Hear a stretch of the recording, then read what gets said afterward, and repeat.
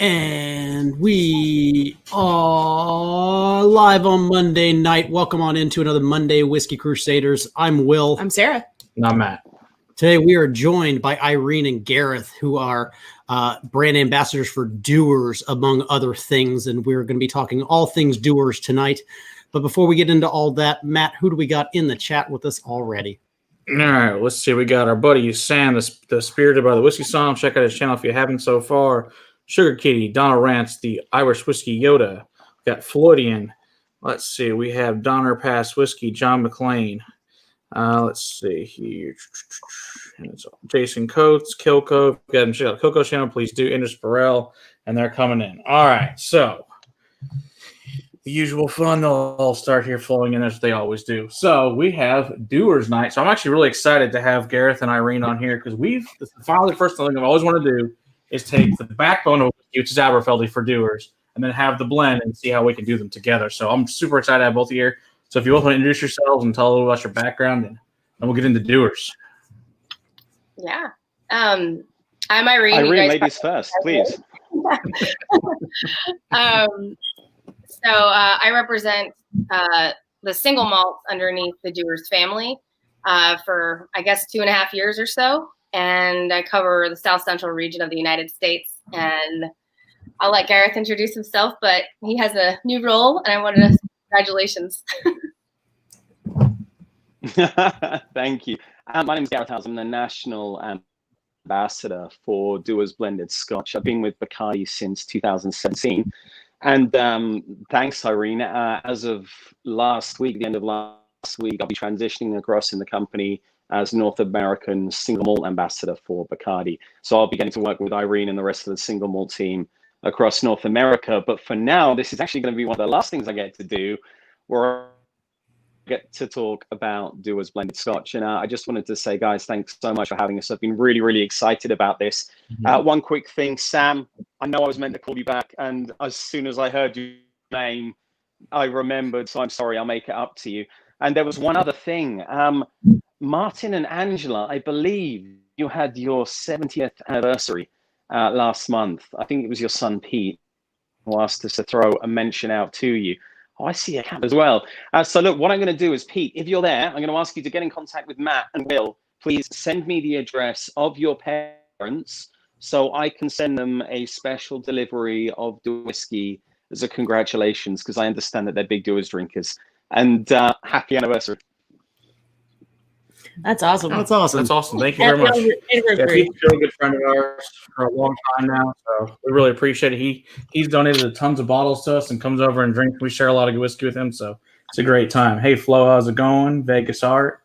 All right, let's see here. All right, so I guess if we want to pour something in our glass and we'll start talking. So we got 20 whiskeys to cover this evening. So you want to start with the classic white label and give us the history of Dewar's?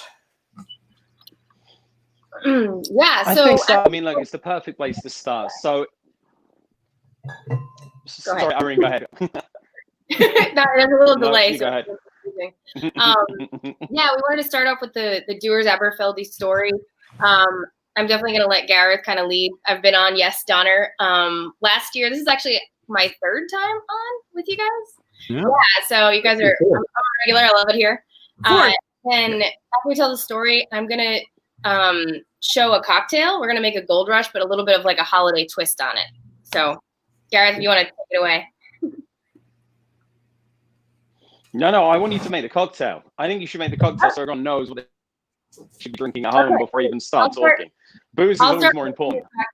Okay, I'll start making the cocktail, and then I'll tell you what's in it. Super easy. So you can either, if you have Aberfeldy at home or Dewar's 12, 2 ounces of that, and then you have a honey syrup, but most people don't have a syrup prepared, so you can just take a big spoonful of honey, and then 3/4 ounces of lemon juice, shake it up, drain it over ice. But I am going to do a little twist, and I'm going to use orange juice, and I'm going to put some of these new Angostura cocoa bitters that my friend Antonio Mazza sent me. So I feel like this will be delicious.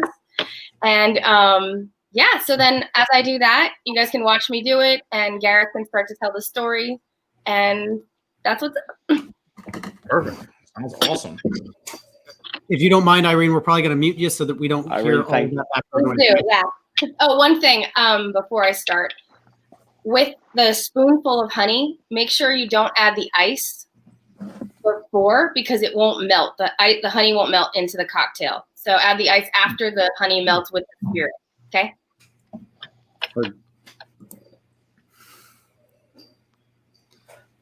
So right, Matt, Will, are you ready to begin this, what could be quite an epic trail through the world of Dewar's blended Scotch? Because potentially there's a lot of bottles that we've got here to get through. So look, if you've got it at home, join in. If you haven't, don't worry, because we're going to tell you all about it. But let's start with a wee dram of Dewar's White Label, because this is really where the story begins when we talk about the current range of Dewar's blended Scotch that we have. So Dewar's has been around since 1846. It was started by a gentleman called John Dewar. Now, a lot of people don't truly understand this about the originators of the blended Scotch industry, and this will really play into why Aberfeldy is such an important part of what it is to be a Dewar's whiskey in a while. But John Dewar, he wasn't a distiller. He was a merchant. He was a businessman. Dewar started as a spirit and wine emporium, effectively merchant on the high street in Perth, Lanarkshire. In Scotland, I mean, he really plied his trade, blending tea, chocolate, and coffee, and then really whiskey was the next step. Now, bearing in mind, we're talking the mid-1800s here. There was a lot of whiskey that was being made in Scotland. A huge amount of it was malt whiskey, but there was no real consistency within the product itself. A lot of it was still being distilled illicitly. It was very much something that people did to turn a grain crop into something that they could use, that you could trade or barter or you could sell. And also, as it turned out, it was pretty good to see you through those epically brutal Scottish winters. And again, we're talking the 1800s. Canada Goose didn't exist back then. I mean, you were pretty much wrapped up in natural wool and a kilt. And as we all know, true Scotsmen don't wear anything under those things. So there was always a bit of a breeze. So by all accounts, the whiskey really, really helped out when it came to keeping yourself warm when you were kind of roaming around the Highlands and Space side of Scotland. So what these blenders did is effectively they wanted to create something that had consistency, that was marketable, that they were able to replicate time and time again, which is really where we the essence of what it is to be a blended Scotch whiskey. And blended Scotch, it's all about a house style. It's the replication of flavor profile. It's being able to create something consistently time and time again from a series of things that are constantly changing. So people such as John Dewar, and to be fair, you can go back and have a look at the Walker family. In fact, any of the major blending families that existed, what they learned was you could take a series of things that individually weren't necessarily that great, but combine them in a way whereby the end product becomes something that's bigger than the sum of its parts. And that was really the birthplace of what it was to be a blended Scotch whiskey. Now, White Label itself was first released in 1899. So what you're drinking in that bottle, if you have it in front of you today, it's a rite of passage, it's a lineage, it's a flavor profile that has been handed down from master blender to master blender from when that bottle was released up until the present day. Now, bearing in mind, we're 2020 now. Dewar's was founded in 1846. Our first master blender was a guy called A.J. Cameron. He really was a visionary and pioneer in the industry. And we're going to talk a little bit more about what he did and his contribution, not just to Dewar's, but the whiskey industry as a whole.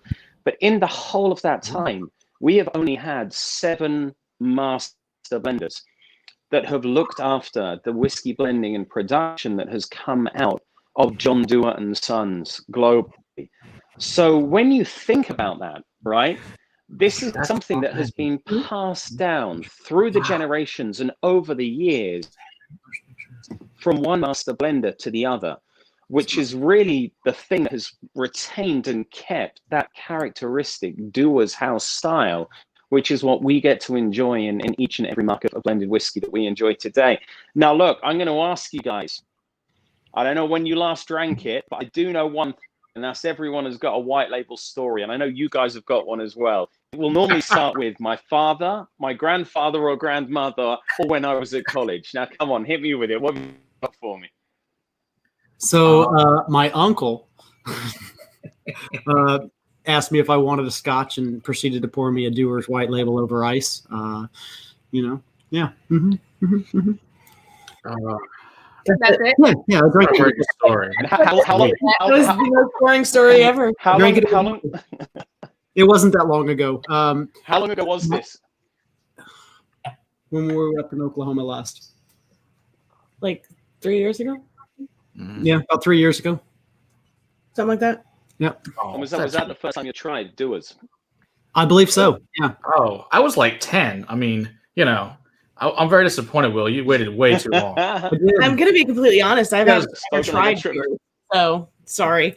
But then again, my Scotch journey only has been going on for about a year. So, and with everything Matt throws at us, yeah. Didn't seem like that last year when we were hanging out, so that's impressive.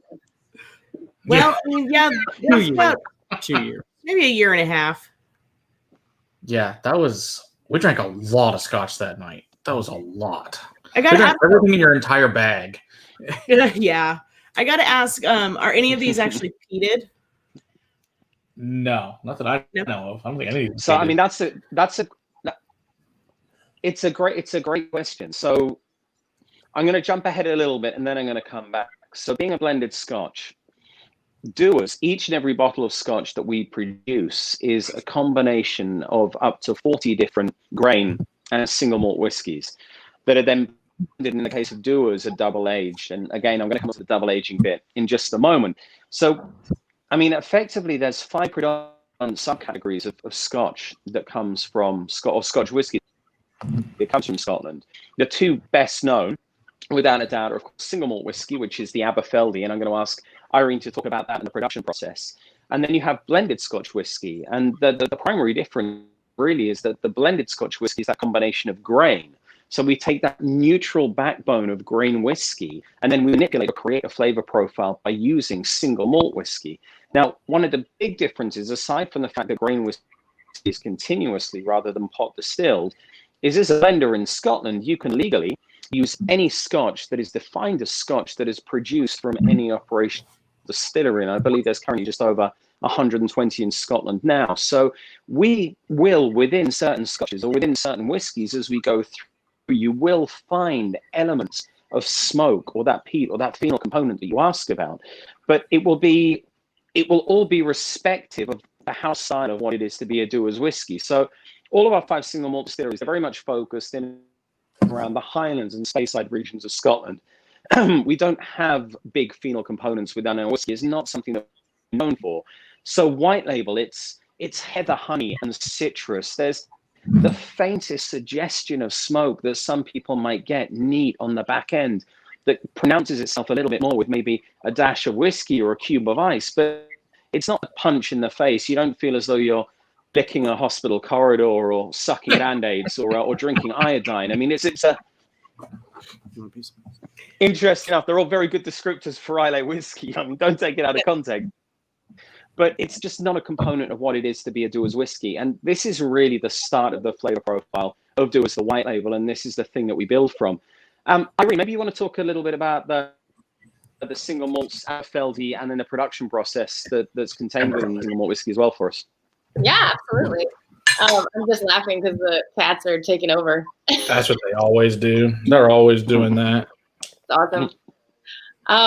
Yeah, so that's we talked about AJ Cameron. So he started in 1898 when we opened up the Aberfeldy distillery, as if I were there. So there was a couple of reasons why it was in the location it was. I'll just mention a few. We nicknamed this the Golden Dram because of our water source. So we have all the gold kind of marketing around it. We like to say that this is whiskey laced with gold. We say that because our water source is the Patilly Burn, and it's a proprietary source of water, which is pretty rare for Scotland. Most people have a shared source of water. Mm-hmm. It used to be filled with gold deposits, and it still is, not maybe quite as much.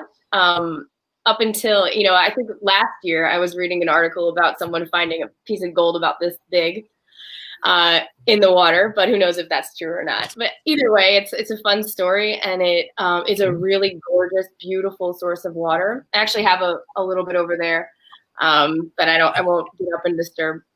So we start with this amazing source of water, 100% malted barley, not peated. And then, of course, a single malt must be 100% malted barley and from one single distillery, right? So from there, we take that water, we take that barley, and then we add yeast, and then we start something called fermentation. Most people on this call probably know a little bit about the process of making whiskey, but if you don't, you basically make a beer first, essentially, and then you distill that with sweet wort. And the longer that you have this fermentation process going on, which means that the yeast is eating the sugars, so it's almost like, since we can say whatever the F we want, I will tell my silly little joke that, servers just giggle about. So I like to say, imagine that you're having Thanksgiving dinner, or I guess now a holiday dinner, since we're in the holidays. And you're inviting yeast to the party, and the only thing that yeast loves is the sugar from malted barley, right? And so that yeast eats and eats and eats and eats, and then it just gets so full it just farts out ethanol. And then I say, what does that mean? And then at least one person will be like, oh, alcohol. Oh, yeah. Okay, so now you have a beer. And then we take that into our distillation. So our process is about 72 hours. And then we have a still. So our stills are tall, long, and lean. With that, we're going to have extra copper contact. And copper contact essentially cleans the spirit. It's going to deliver a lighter body, like a bright note experience. And so then we have our clear whiskey, right? And then we add it to casks. So we use a mixture of Oloroso sherry and ex-bourbon barrels. So one thing I also like to say is, a lot of people get a little bit confused when they hear those different casks, because they think that, how are you getting it? But if it's from, like, how does that work? So what I like to say is that, imagine we're at the distillery today and that clear spirit comes out.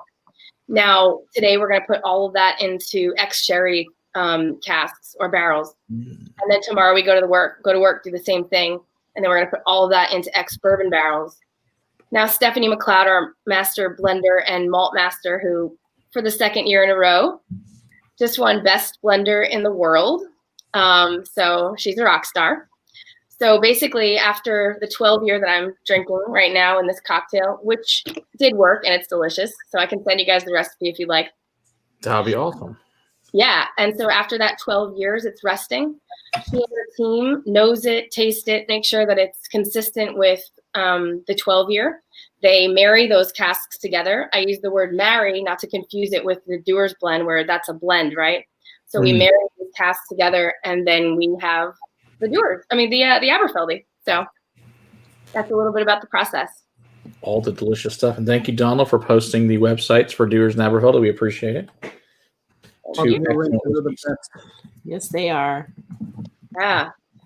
Did anybody out there make the cocktail with me? Or are we all just drinking it neat?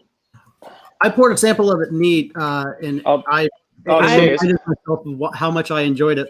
I've got Dewar's in one hand and Aberfeldy in the other, so Nice. Yeah, exactly. The best of both worlds. I have 2 clean glasses, so We'll already finish it. what's wrong with you? Well, it looks like we're ready to move on then. Maybe we can start talking about the Dewar's 12, Gareth? ooh. Yeah, like I that. love it. What I was going to do is I was just going to explain the importance of Aberfeldy to Dewar's, because I don't know if you picked up on the fact. Now, Irene said that Aberfeldy was commissioned in 1898. Now, bearing in mind, Dewar's has been around since 1846, and the white label was released in 1899. We've already established that John Dewar, he was not a distiller. So Aberfeldy Distillery was actually built by 2 of his sons. He died in 1880, and 2 of his sons took over the company, John Alexander and Tommy Dewar. And we'll talk a little bit more about those guys in a minute, because they've got incredible stories. But the Aberfeldy Distillery was really a distillery that was made to help Dewar's meet the increasing demand for Scotch whiskey that they're experiencing due to not only the success of the blend in the business, but the global increase in demand for Scotch whiskey that was developing at the end of the 1800s going into the early 1900s. I mean, Irene mentioned some very specific things about the Aberfeldy distillery. So the extended fermentation time, the fact that they have those beautiful tall stills that create that lighter, honey-flavored spirit. Aberfeldy was really built as a distillery. It wasn't released back then to make or allow people to drink Aberfeldy whiskey. It existed for one purpose. And that purpose was really to continue the supply of whiskey going into the blending tanks to allow Dewars to meet that increasing demand that they were making. So it's a really interesting story, because without blends, well, I mean, without malts, you couldn't have blends. And if you were to look at the history of the Scotch whiskey industry, had it not been for the popularity, but also the sheer ability of blends to purchase malt whiskey or single malt whiskey within Scotland, then those distilleries wouldn't exist either. People forget just how symbiotic a relationship there has to be between the blenders and the malt distilleries, and really they both brought the industry up to where we know it now. It's a really crucial thing, but it's really fun to understand as well. We couldn't exist without one another, which means, you know, the fact that I get to work with Irene, even though she's on malts and I'm on Dewars right now, is something that just goes hand in hand. Not only that, she's one of the most talented mixologists that's come out of Texas in a long time, and we love having her as part of the Whiskey family as well, so it never hurts. So look, we got some 12-year-olds. Have you guys got the Dewars 12 in us? We can get the 12. Yep, there's the 12. Yeah, so I did have a question. So I was noticing when I was pouring all these last nights, they all have names. Like this one's called the Ancestor. What is that? I know there's like the Monarch. Mm-hmm. So I'd like you to go over those too, because I didn't even realize that until I was pouring them all last night. No, it's a great question. So the Dewars 12, before it was a 12-year-old age statement whiskey, it was the Dewars Ancestor blend, and then it was Tom Akins who was the master blender prior to Stephanie, who Irene mentioned a moment ago. And we're going to talk a lot more about Stephanie in a minute, because not only is she the matriarch of our firm, she really is the lady that is the guardian of the flavor profiles of all the whiskeys that we're drinking tonight, whether it's Dewars or whether it's the Aberfeldy as well. But that whiskey was called the Ancestor. So when it was re-released with that 12-year-old age statement, and for those people who aren't familiar what the numbers on Scotch whiskey represent, within the world of Scotch whiskey specifically and legally, what they're telling you is that is the age of the youngest whiskey that is contained within that blend. So when we talk about blended Scotch, there really is no set recipe for blended Scotch. If Stephanie was to blend Dewars 12 today, she will not necessarily have the same whiskey that she had available when she blended it, whether it was a week ago or a month previous. And she certainly can't guarantee that she's going to have the same whiskey available if she was to blend in 2 weeks' time, or let's say 6 weeks' time, which is why blended Scotch, the real artistry of being a blender, is being able to replicate that flavor profile. So we'll talk specifically about Dewars 12 in a second, but what we know about this bottle is this blend here has to taste exactly the same as the blends that came before and the blends that will come after. And it has to have enough of that intrinsic DNA that allows you to know that you are indeed drinking a Dewars whiskey rather than someone else's blend. And they're kind of like the two crucial things within the world of blended whiskey. So that being said, the 12-year-old age statement is just telling you the youngest whiskey. To be honest, it's more indicative of a range of whiskeys, or it could be a range of age statements in there. There could be some 13, maybe some 14-year-old whiskey in there. It depends on what the blender needs to dip into to be able to replicate that Dewars 12 flavor profile. Does that make sense? Absolutely. Well, Eric, and can you answer a question from Andrew? Does Aberfeldy form a large part of Dewars blends? It does. So we talk about Aberfeldy, because I'm not there at the blending. What we talk about Aberfeldy is in more of a romantic way. It's the beating heart and soul of what it is to be a Dewars blend. And that's more in respective of the flavor profile and the way that the whiskey presents itself when you drink it. Now, bearing in mind, each bottle is up to 40 different grain and malt whiskeys. So if you were to look at those 40 components, and we have 5 single malt distilleries, and each one of those really is the heart of the Dewars blend, we don't talk about percentages, but what we do talk about is the way that that flavor profile represents itself within the Dewars blend. So if you were to drink a Dewars whiskey in Aberfeldy, you're going to notice very distinctive similarities between the two. Although, of course, one is a single malt and it has its own representation based on the flavor profile that specific whiskey, the Aberfeldy distillery, not only creates and ages and then Stephanie blends, but also how that translates to the Dewar's blends as well. But that's a brilliant question, Andrew. Thank you. Absolutely. One thing about Aberfeldy, I don't know if I mentioned it. That longer fermentation provides us with a honeyed note, and that's just going to be true within all of the Aberfeldy line. And that comes from that 72 hours, and which is why when we're making cocktails, we always recommend honey. You can have an old fashioned side by side, but with honey, it's so much better. Here's another one from Donner Pass Whiskey for Dewars. Okay, it says, do all the Dewar's blends. The Dewar's blends it. So the double like Dewars, is that what they're asking basically? Do they marry in a cask aging process here? Maybe. I think that they are. Yeah, and that's not so. I'll answer that about Aberfeldy. So with our core line, Aberfeldy 12 does not. Aberfeldy 16 is finished. That's not what they're asking. Oh, so what they're asking is when the blend is created, after we've chosen what's going to go into the blend, before as it's marrying, are they marrying in cask or are they marrying just in a tub? In a tub. Okay. I think that's what he's specifically asking. I could be wrong, Donner, correct me, but brilliant. We're asking about double aging here. Now, double aging is something that's very close to Dewar's heart. And as we go through the whiskeys that we're about to talk about, we'll expand this, especially when we get to the double range. In fact, when we talk about double aging, it was a process, not to confuse what Irene said, which historically was called marrying. It's something that currently is unique to Dewar's within the world of major Scotch blenders. So effectively what this means is we age our whiskey, we blend it, and then we age it again prior to bottling.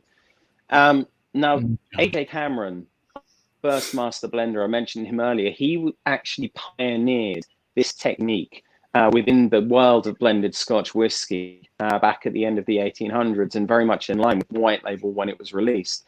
Because if you think about it, what we've done is we've taken 40 things that have never met before, and we blended them together to replicate a Dewar's Mark flavor profile.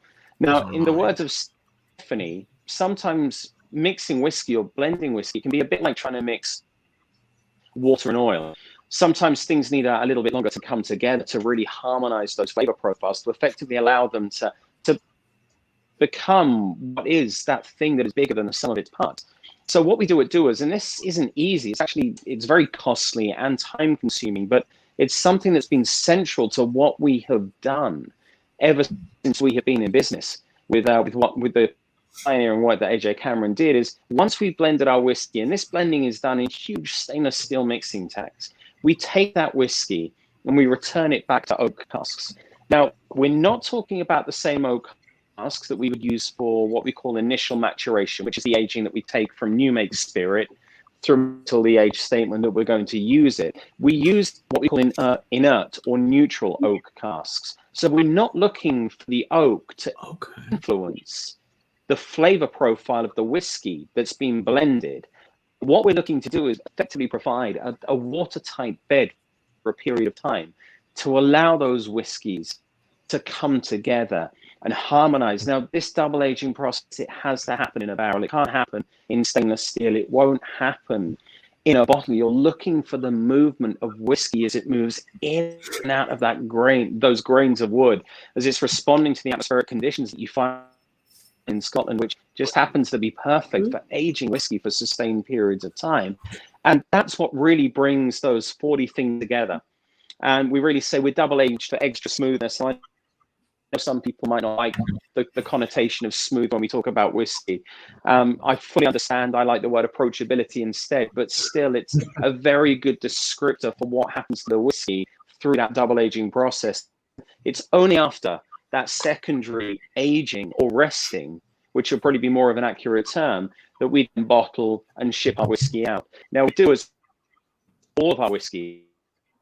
So from White Label all the way through to the 25 in our core range. Our double aged whiskey is actually aged 4 times, but we're going to talk about that in a minute, which is a combination of finishing and double aging and marrying at different processes. And then, of course, our innovation, the 8-year-olds, and I believe you've got the Caribbean rum and the Ilegal Smooth, which is our Mezcal finished whiskey. That's double aged before finishing as well. So hopefully that gives you a little bit of an idea and answers the question. Okay, so I have a question with that. When you say neutral barrel, so is this barrel been used several times prior? That's your marrying barrel? Is that what you're saying? That it's just like, how many times usually prior? Is it like 5 or 6, or is it even more further down the road than that when it's becomes a neutral barrel? Because I think it's the first time we ever had somebody had that's blended Scotch on, so it's really interesting to hear that because I'd never heard that before. So that's just so interesting to hear. So how many times do you think that is approximately? 4 is my guess. So when we say neutral, I mean, bearing in mind, it would all depend on the whiskey and then the length of time that whiskey had been in that barrel before it was then disgorged and becomes available again. So, I mean, for traditional maturation, it will be a combination of, I mean, it could be new fill, first fill, second fill, rekill, could be rechar, could be recondition. But the most important thing about the barrel is that all different types of wood, all different types of oak barrels, depending on when they're made, they will have a certain characteristic. They'll have the ability to give back to the liquid, depending on the liquid that's in the barrel. It's a very inexact science, but what we're looking for is effectively something that's watertight, that will allow that movement of the whiskey not only to come together, but move through the grain of wood, but will not influence the flavor of the whiskey that has then been put in there, if that makes sense. So we're not looking to alter the blend once it's been done, otherwise it would be a finishing barrel, and we can talk more about that when we get to the kind of like Caribbean rum or the Ilegal, but we're just looking for a space, a watertight bed for the whiskey to rest and effectively double age.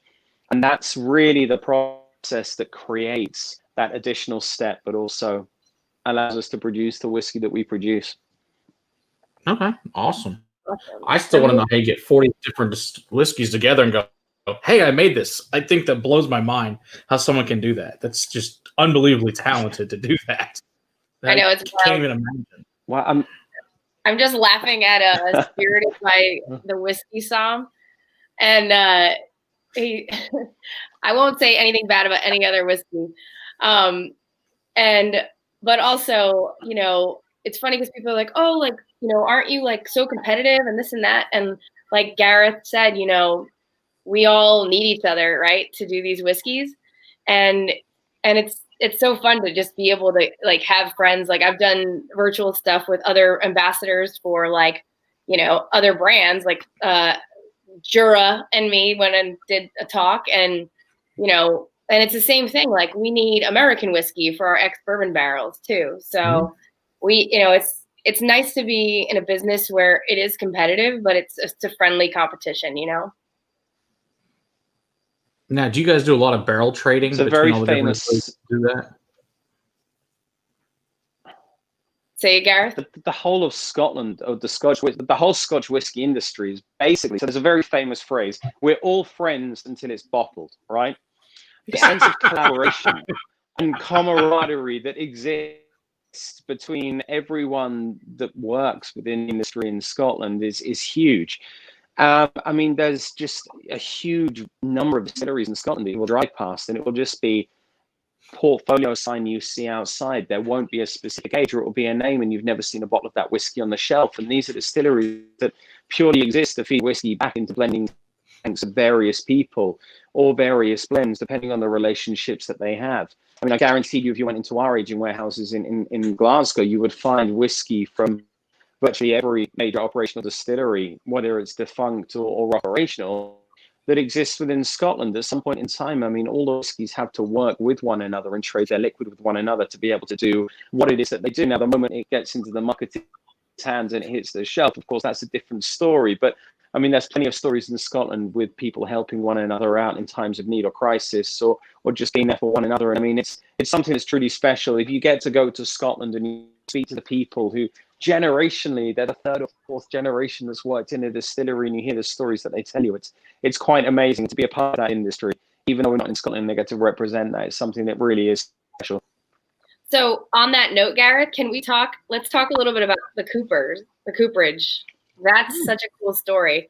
You know, when I get this question a lot, so it's ex-bourbon barrels. What bourbon are you guys using? And I'm like, well, they just don't ship it on over full, you know, the barrel. They break it all down, and then it goes to the cooperage, and then they are rebuilt.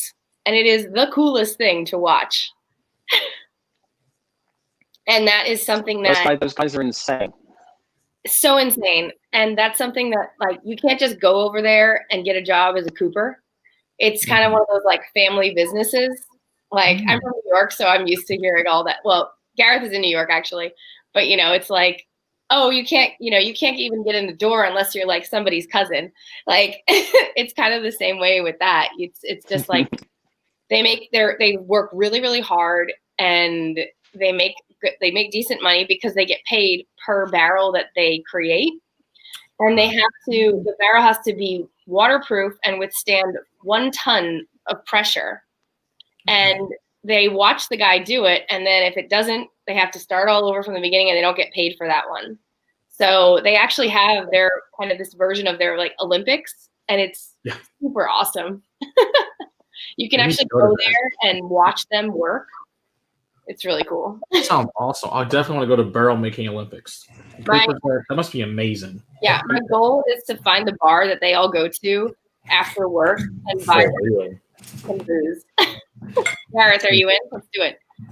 Matt, what are you pouring? Are you going backwards and going to pour some of the... 100%.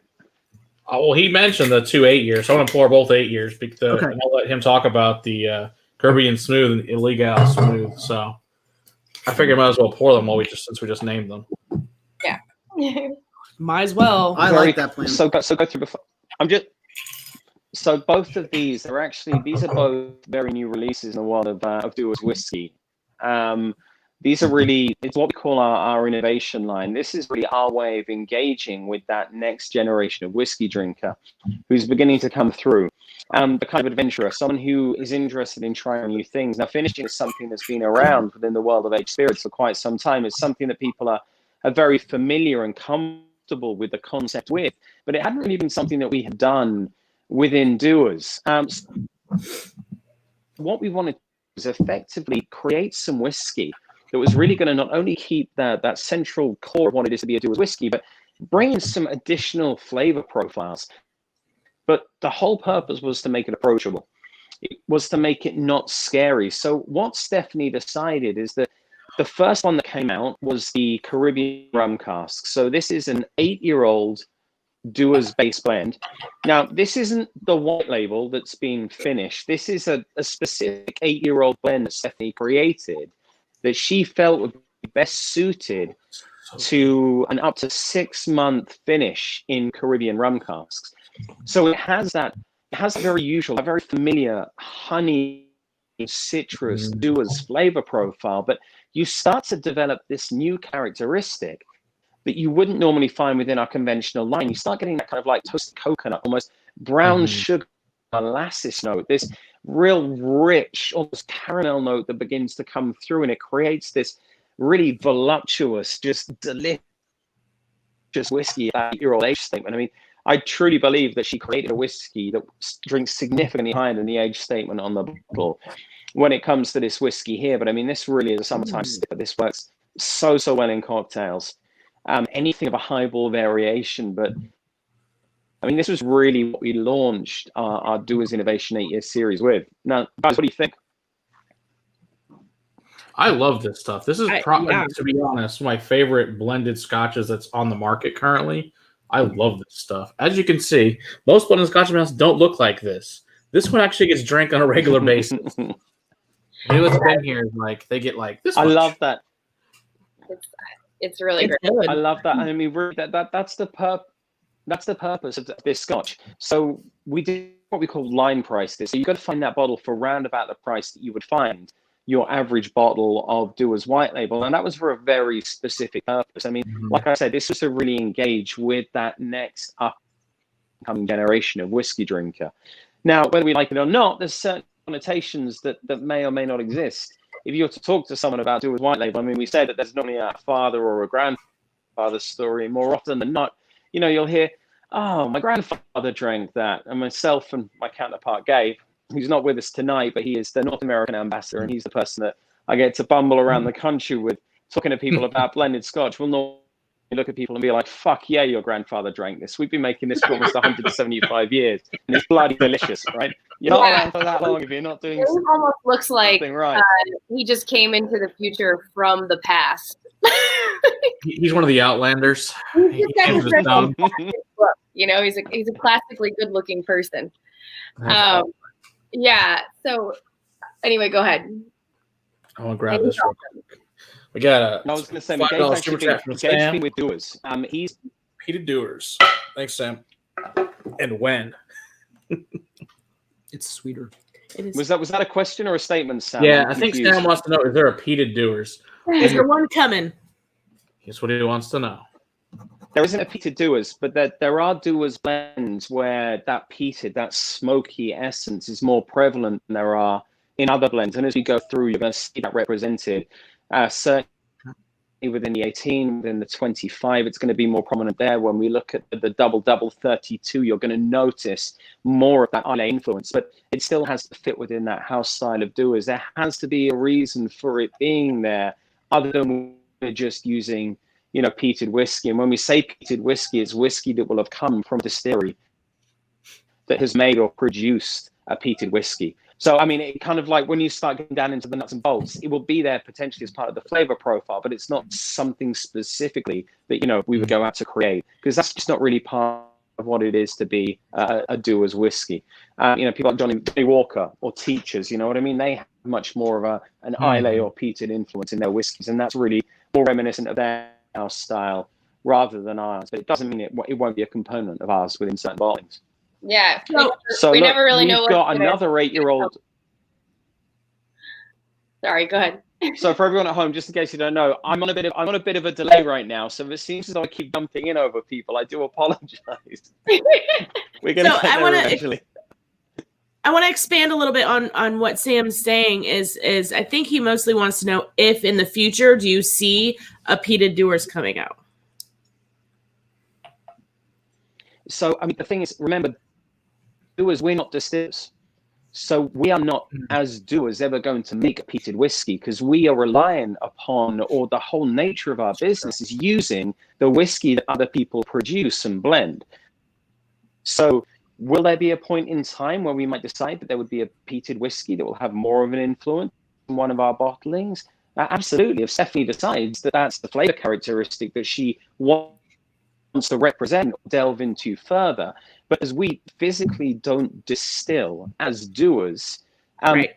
you know, it's a very difficult thing to say. Okay. So Sam, just try everything that comes out and you'll find out. There you go. I love that answer. Yes. Which is what we're doing tonight. We're Wow. going to figure out for you. Gotcha. Well, the mezcal is way different, both on Actually, the nose and on the palate. How cool is that, right? So again, I mean, this is an 8-year-old base blend of Dewars. Now, it's not the same 8-year-old blend that was used in the Caribbean rum cask. Again, this is an 8-year-old base blend that Stephanie created because she felt it would lend itself best to that aging period, or that finishing period, more specifically within the mezcal barrels. So it's a completely different set of flavor profiles. When we look at finishing barrels, we are effectively looking to nuance an already completed whiskey. You could drink an 8-year-old base blend by itself and know that it is a Dewar's whiskey, and it would be absolutely delicious. But those finishing casks are looking for them to bring in additional characteristics that you wouldn't get throughout the conventional maturation period. So this mezcal cask it's insane. For me, it's almost like a vegetal green pepper note. And there's just a wisp of smoke. It's the faintest suggestion. It's like a whisper on the winds more than being punched in the face.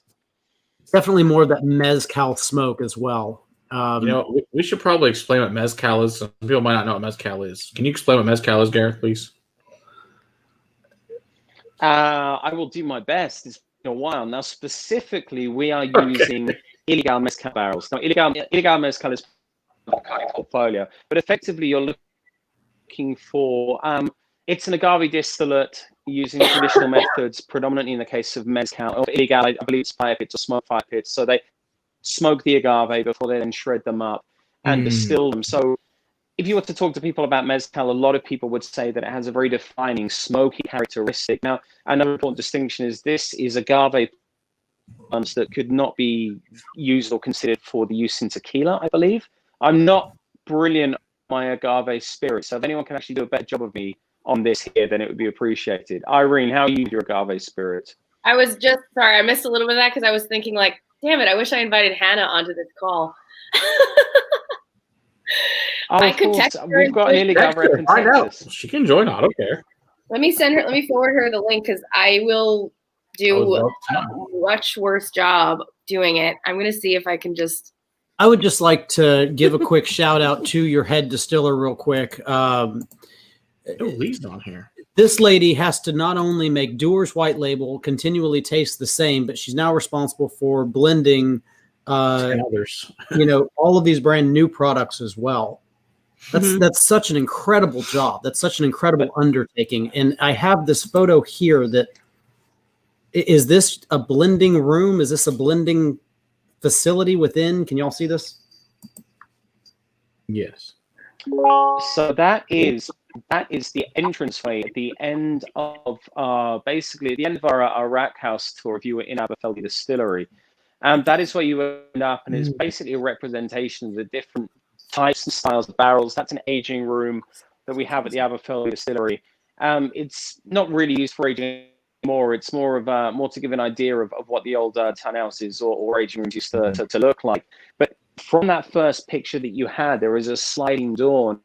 Now, if you were to go through there and you were at the Aberfeldy Distillery, that would take you into the Scotch Club, which is a private little room at the back, which was very much part of the advocacy or what we did, not only in America, but now around the rest of the world as well, really to explain the story of how Dewar's came to be, the relationships of the blends with the single malts, but also talk about Tommy and John Alexander and John Dewar as well, really how the company came to be. But for anyone who's been there, or anyone who works advocacy for the malts or Dewars within North America, that's a special room because you know exactly where you are going when you are standing in that room. It's actually a really, really cool place to be. And if any of you guys ever make it over to Scotland, of course, not now, because we do have a global pandemic, but when this calms down, we do have an incredible visitor centre at Aberfeldy in the Highlands of Scotland. It's multiple award-winning for not only telling the story of Dewars and Aberfeldy, but just being an incredible place to visit. It also happens to be Aberfeldy, the village where J.K. Rowling resides. So if anyone's a Harry Potter fan, you can always go and wave at her windows or her military-industrial complex, settle up in the hills. But she's not. I was drinking my whiskey and I heard Harry Potter. I was like, what? Oh, that's right. You love Harry Potter. I was kind of telling her, I went back to the nose on the rum after tasting the Mezcal finish, and the rum just pops out of the glass massively on the nose. I don't know if it's just because the Mezcal is, I'm retro-nasaling after that, but the rum shows up quite a bit more. Matt, I like this Mezcal quite a bit. I think they're both great. Especially for $22, you can't beat the price. Come on. That's got to be one of the best $22 whiskeys, not just all whiskeys that there is. It's fantastic. And I wouldn't say that unless it was true. I mean, I actually drink these. And you guys know I don't go through a lot of bottles. This stuff I actually drink. So, sold one of each. Also, I saw Lee in here from Scotch in the Bayou. If you guys haven't checked out Scotch in the Bayou, please do. Yeah, I haven't talked to Lee in forever. Hi, I know she's in here, though. I'm very excited. So, yes, it's very, very cool. And Lee has been there, actually, to Aberfeldy. Says there's a wonderful bookstore in there as well at the mill. Nice. Very cool. But that's awesome. It's probably like all cozy and they probably have whiskey there. I found one more photo. I really hope this is your distillery. Is this part of your distillery? No, I think that's that is, yeah. That is? Oh, that's the walkway. So that's right. Yeah. I can't remember. We don't normally use that entrance, if you remember, because we were always kind of coming in and out the side door. But if you were to go through the experience from the cafe at the front, then it's that stave walkway that you would go through first before you hit the blending room. I forgot about that. I think I saw it like the first time when we were just exploring. That's so fucking awesome. That is one of the Game of Thrones, right? Coolest. Looks amazing. It looks one of the coolest walkways I've ever seen. I had to throw it up for the viewers because that was. We need to build one of those. I think that's a great. Yes. That will happen. I like this plant. It looks, Also, looks everyone amazing. who works in the distillery is just like the sweetest. Like it's just great. People just come bringing their laptops and drink coffee. Work. Imagine so. Yeah. Yeah. I'd do it. If your boss asks you where you are, you Right, say, so "Don't worry." so you I think I just hang out there and drink whiskey all day. So while we're taking a little Good pause, stuff. Yeah. can I tell my little funny Dewar's tidbit? Absolutely. So, like most people's grandfathers, mine drank Dewar's quite a bit. But I didn't really drink it until, I was older. And being from New York and hearing how my grandfather used to say it, I definitely pronounced it incorrectly. So, actually, Gareth was in town in Austin, and this is before I worked at the single malts. I was actually working with one of our gins. And he and I were out, and he had to take a call or something, and we went to Nickel City, and he said, Irene, can you just order us around? And so I said, okay. So I don't know if anybody here knows Nickel City, but I ordered one around from Amanda Cardo. And I said, hey, can I get 2 neat pours of Doors and 2 beers? And she's like, Doors? What are you saying? And I'm like, Doors. Are you guys saying Dewars? And I'm like, yeah, that's what I said. Am I saying it right? Doors. Like everything. I have a pretty neutral accent, but like some words, my accent comes out so strong. So Gareth walks in, and I'm like, I'm so embarrassed. I ordered Doors. That's Here's a question from Sam. Miss Nara. Mizunara releases. Any plans? I would not be surprised. Got any barrels already? I don't know. I mean, Rod. there's nothing I can talk about right now. I can talk about the next release, but I can't talk about the future ones after that. I do believe that there is something on the cards. I mean, like within the portfolio, we just released Miss Honora, which by all accounts is absolutely outstanding. And I do know, especially since the SWA have relaxed their rules regarding the casks that can be used for finishing, whilst you can still legally classify your whiskey as Scotch whiskey. So with that, the 8-year-old, the Ilegal, the Mezcal finish, that's the first ever Scotch whiskey that has been finished and commercially made available in Mezcal cask. And that was very much to do with the laxing or the loosening of those regulations by the SWA and, of course, the Scotch Whisky Association. So there's a lot of people who are experimenting now with a number of different casks, really trying to get a handle on the different types of flavor profiles that you can unlock using these different types of woods or casks within the world of finish. So maybe something in the future, but nothing I can confirm or deny right now. I should have been a politician, right? Yeah. Yeah, you should have been. Good answer. But on those finishes, can I just plug our new innovations with Aberfeldy? We'll pour that because that thing is awesome. It's so good. I don't have the 20 right now because it's not in Texas as far as independent stores go yet. But right now you can find it at some retailers 18 year. This is our innovation for this year. It's 43%, I believe. Yes, 43%. Yeah. It's finished in Pauillac casks in the Bordeaux region, and it is phenomenal. It's been getting so many write-ups. The Whiskey Advocate posted something about it, on their top 10 list. I have 2 Aberfeldy 18 years here, Matt. Yeah, one is the red. That's the one I wrote red wine cask on. With exception. Yeah, so it's Pauillac, that's a very specific special region within the Bordeaux region. It dates back to Napoleon, who wanted to gather all the best wine, and then that best wine is essentially called the Pauillac. It's It's a great story, but I'll just leave it at that so we can talk more about it. I like it. Does anybody in the chat have this yet? I know Matt has it. And you guys, Will and Sarah, I gave you guys some too, or Kyle gave you guys some, right? We tried it last time. Yeah. And I love it. It's so good.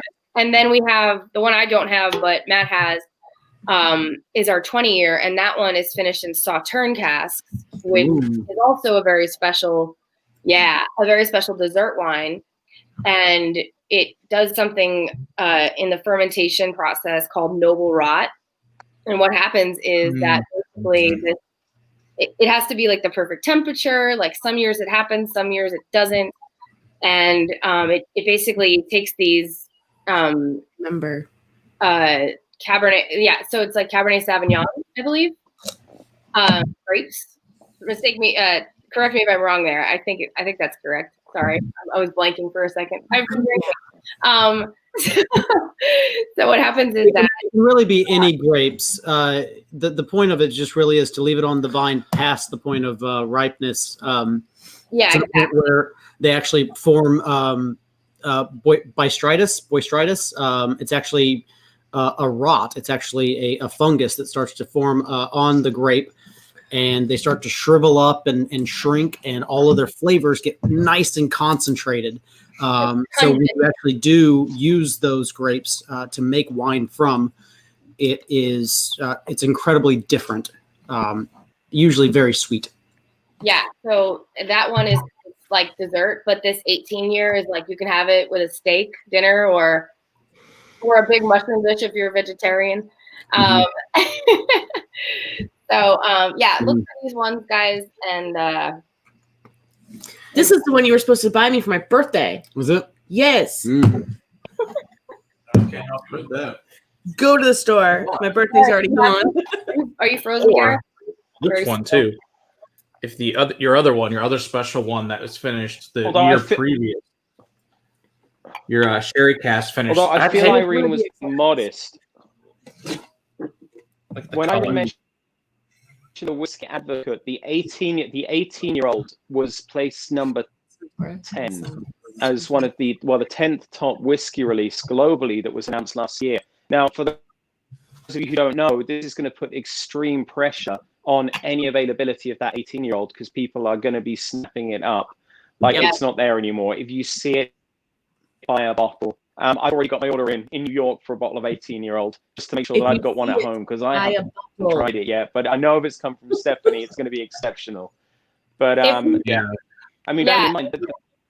I'm sorry, Gareth. I was going to say if you're in Austin, I know that you can get it at Oak Liquor Cabinet. I just found out today that they were going to come in. So any around here? And around here, I will have to check with Kyle for that one. Yeah. But Total Wine did have it. I don't know if they still. I have no idea if they still do, but they did. If you order them through concierge services, which one? Most of the special ones I get. No, which Total Wine, silly? I know Euless had them. I don't know if they still do. Like I know they did. They're going to Euless. Gareth, do you have any? I know you've had it. You tasted it. Did you get any yet? You said you had an order in. The 18. Yeah, you have an order in. I've got an order in for a bottle. I haven't tried it yet, so I can't wait. You're for a treat. Yeah. But if Stephanie's made it though, I know it's going to be. I know it's going to be incredible. So we're going to be all right. But I do have a bottle in order right now. Sample. I mean, if you want to send me some, I'll take it. You can send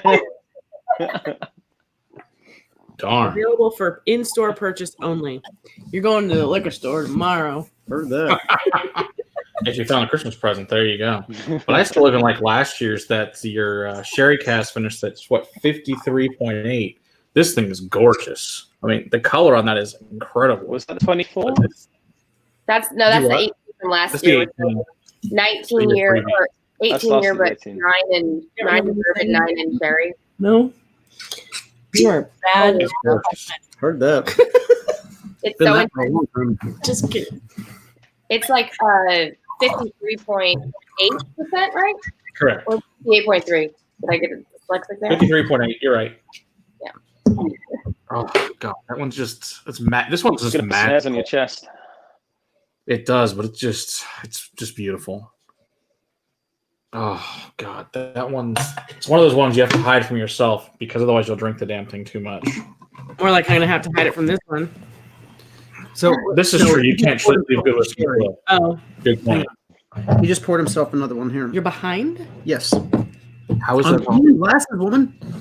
All right, I'm going to tell a funny story about the 12 real quick. So I remember when my first premium Scotch was Dewar's 12, a 175. I think it was like 2004 at Holiday Depot. I thought I was amazing buying a 175. That was like mind-blowing amazing. It's like then you start getting the stuff like the 25 and the 32. It's like, oh my gosh, this is so awesome. But yeah, so that was my first premium Scotch purchase ever was the Dewar's 12. I love that. Man, speaking of Dewar's again, that 34 year with the PX. Is that the PX one? Oh my God. Looking 32, yeah. Oh, yeah, 30. I might have sampled some while I was pouring last night. In fact, that's the bottle. That's the bottle I've got for a little jam later. Oh yeah. Oh yeah. Woo. Whoa. Ooh, yeah. Good God, that's big. 20? No, this is the sherry. This is the sherry cask Sherry, 18 year from Last Matt year. says last year, but this is a huge proof. Yeah. The proof punch on this one is gigantic.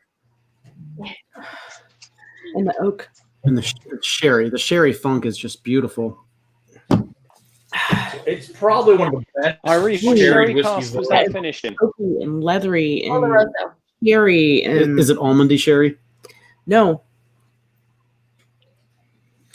It's got like a slight nicotine to it and ash. It's good. Oh, that's fun. Really. It's like the kind of Why does you're out till 4 o'clock in the morning. Huh? It's like the kind of funky like when you're out till like 4 o'clock in the morning partying, and you're just There like, you go. oh yeah, this is a good time, but I might regret it later on. Pretty much. That's a huge contrast to Yeah, to this what we've been year's. Huge difference. Yeah. Yeah. Yeah, that I sherry. don't know why Sam wants to know where the colander is, but sure. I'm sure there's a story to this.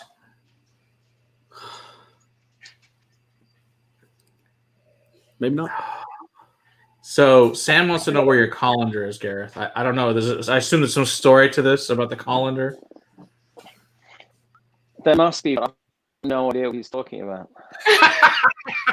Good. Maybe he just wants to hear You can tell us after the stream. Then There's about got to the be a story, colander otherwise the question wouldn't be asked. But yeah.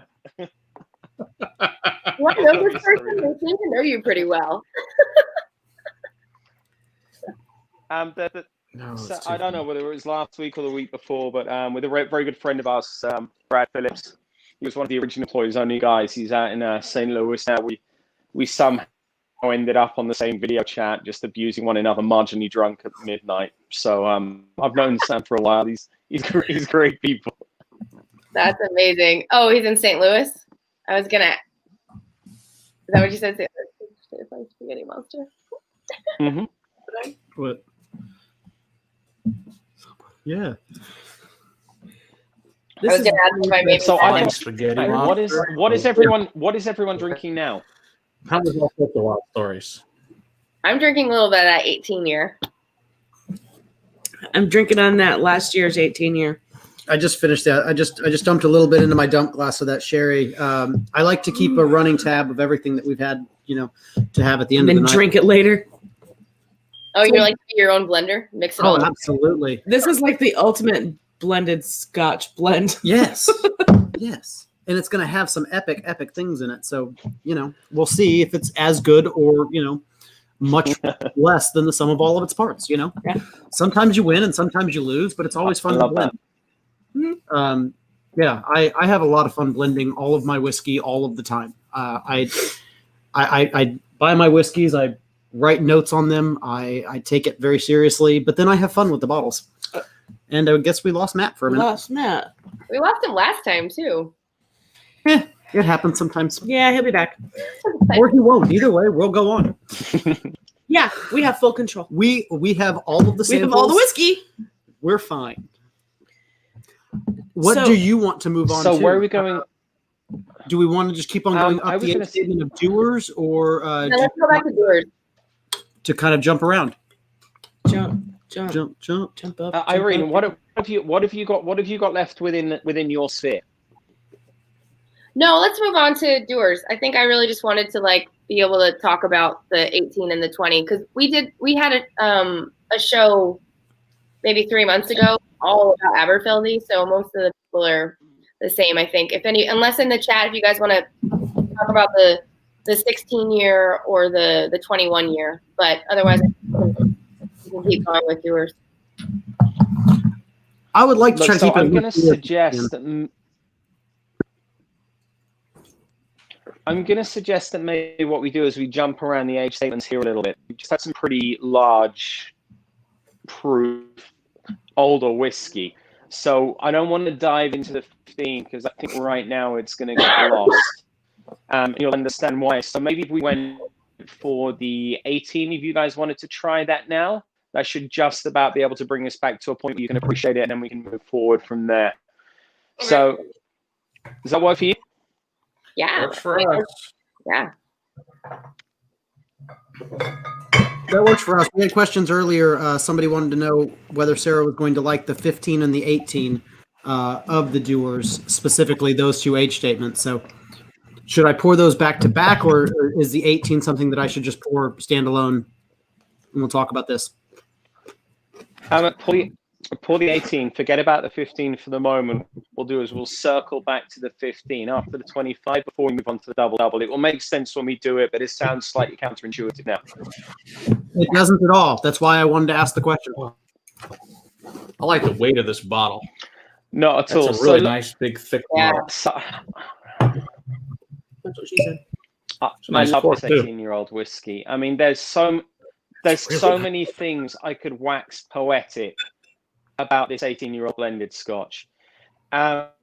This is my Friday night dram.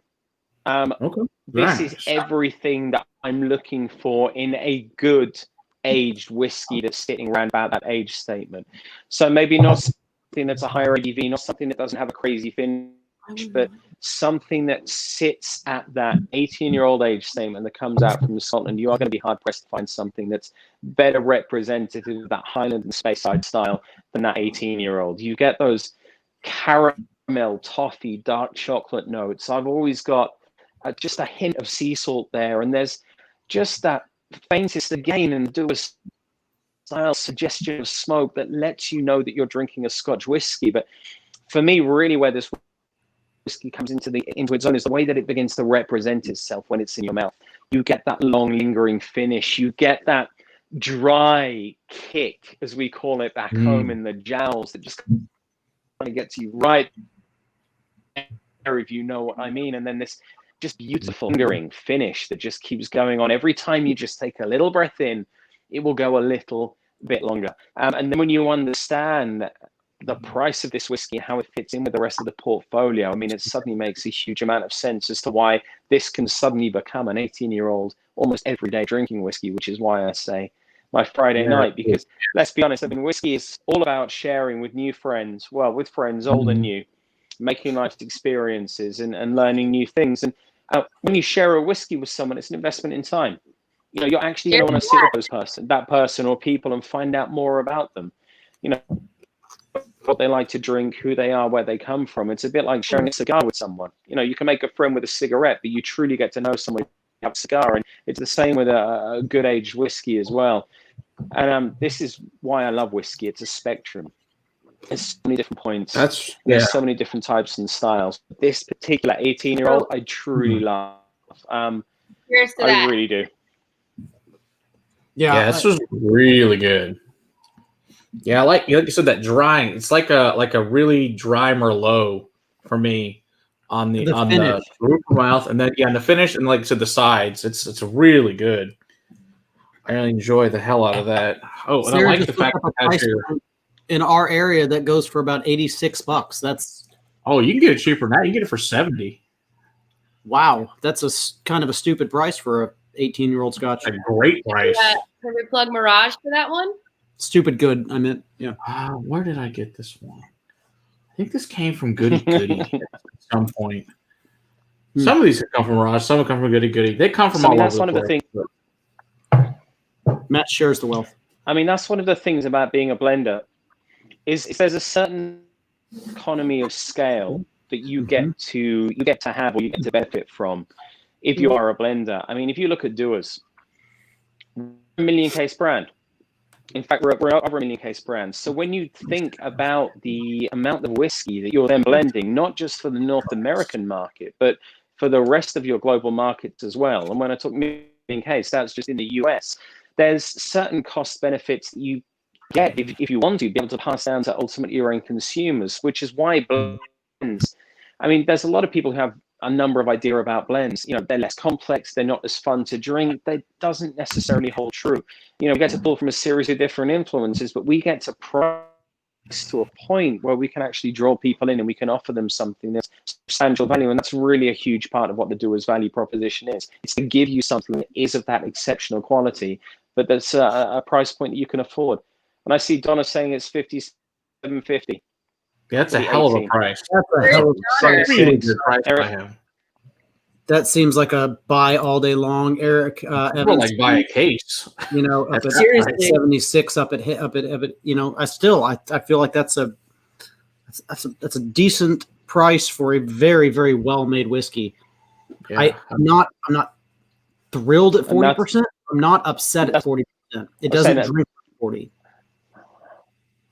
Where's Donner? So, I mean, again, Not sure. Guess we'll find out shortly. I'm sure he'll answer. Oh, and thanks, Lee, for the thumbs up. Appreciate that. That does help everyone, by the way. Thumbs up. It does help us get more views and get it out there to more. Yeah. We're on Instagram. Any interaction with that thumb button, just in case you didn't catch that. Yeah, either go up or go down. I don't care. Any interaction with that thumb button helps us. So, you know, pick your choice. Don't care which one you hit. It's $75.99 at Goody Goody. Okay. I mean, come on. I can't look up Mirage's prices, so. No, just call William. But yeah, we'll call him in the morning. Call him tomorrow. Yeah, just ask for Willie. Just ask for Willie. Have you actually gone in there and called him Willie before? Yeah. That's okay. Next time I go there, I'm gonna have to ask him. That's hilarious. Sam, if you want to go sideways, that's on you, dude. I haven't seen him in like a year. I actually don't cover Dallas Fort Worth anymore, technically, because I have a larger territory. But we had somebody we hired to help us out, who you guys met last time, Kyle. Okay. So he's so nice. Kyle I love that guy. He'll be joining us tonight, no? He was going through. He had a lot going on today. He had to do another virtual event, but he had to put together like all these like a crazy amount of packs for it. Boxes and yeah. I talked to him earlier and he's like, I'm gonna try and pop in. I don't know if I can make it. So he's welcome whenever, even if it's at 11. I don't care. Whatever. It's up to him. Yeah. So I still have a 21, a 25, a 27, and a 32. Oh yeah, we got plenty. We got lots of really great whiskey to go. And the 3 Royal Bracklas to talk about too. What we're gonna do next? How many can we get through in 45 minutes? Yeah. And well, 15. I told him I can stay on until whenever. We can do all of it. Don't worry, I promise you, we're going to get through this. But the next one I think we should try is the 25. Okay. Oh, 25 hard. Oh. So I had fun. So I had never had the 18 So and the 25 until last night, opening them for fun. You had never had the 18? Not till last night when I opened them and ordered them for you. Look at this gorgeous thing. Wow. Brady. So is this a new to you too? It was. Ed. It's those things, that you have, like the 18 especially. It's like been sitting around and just never got around to open it because, there's a lot of whiskey around here. And boy, am I glad we had them on to open it because, man, this stuff is good. But this thing, look at this.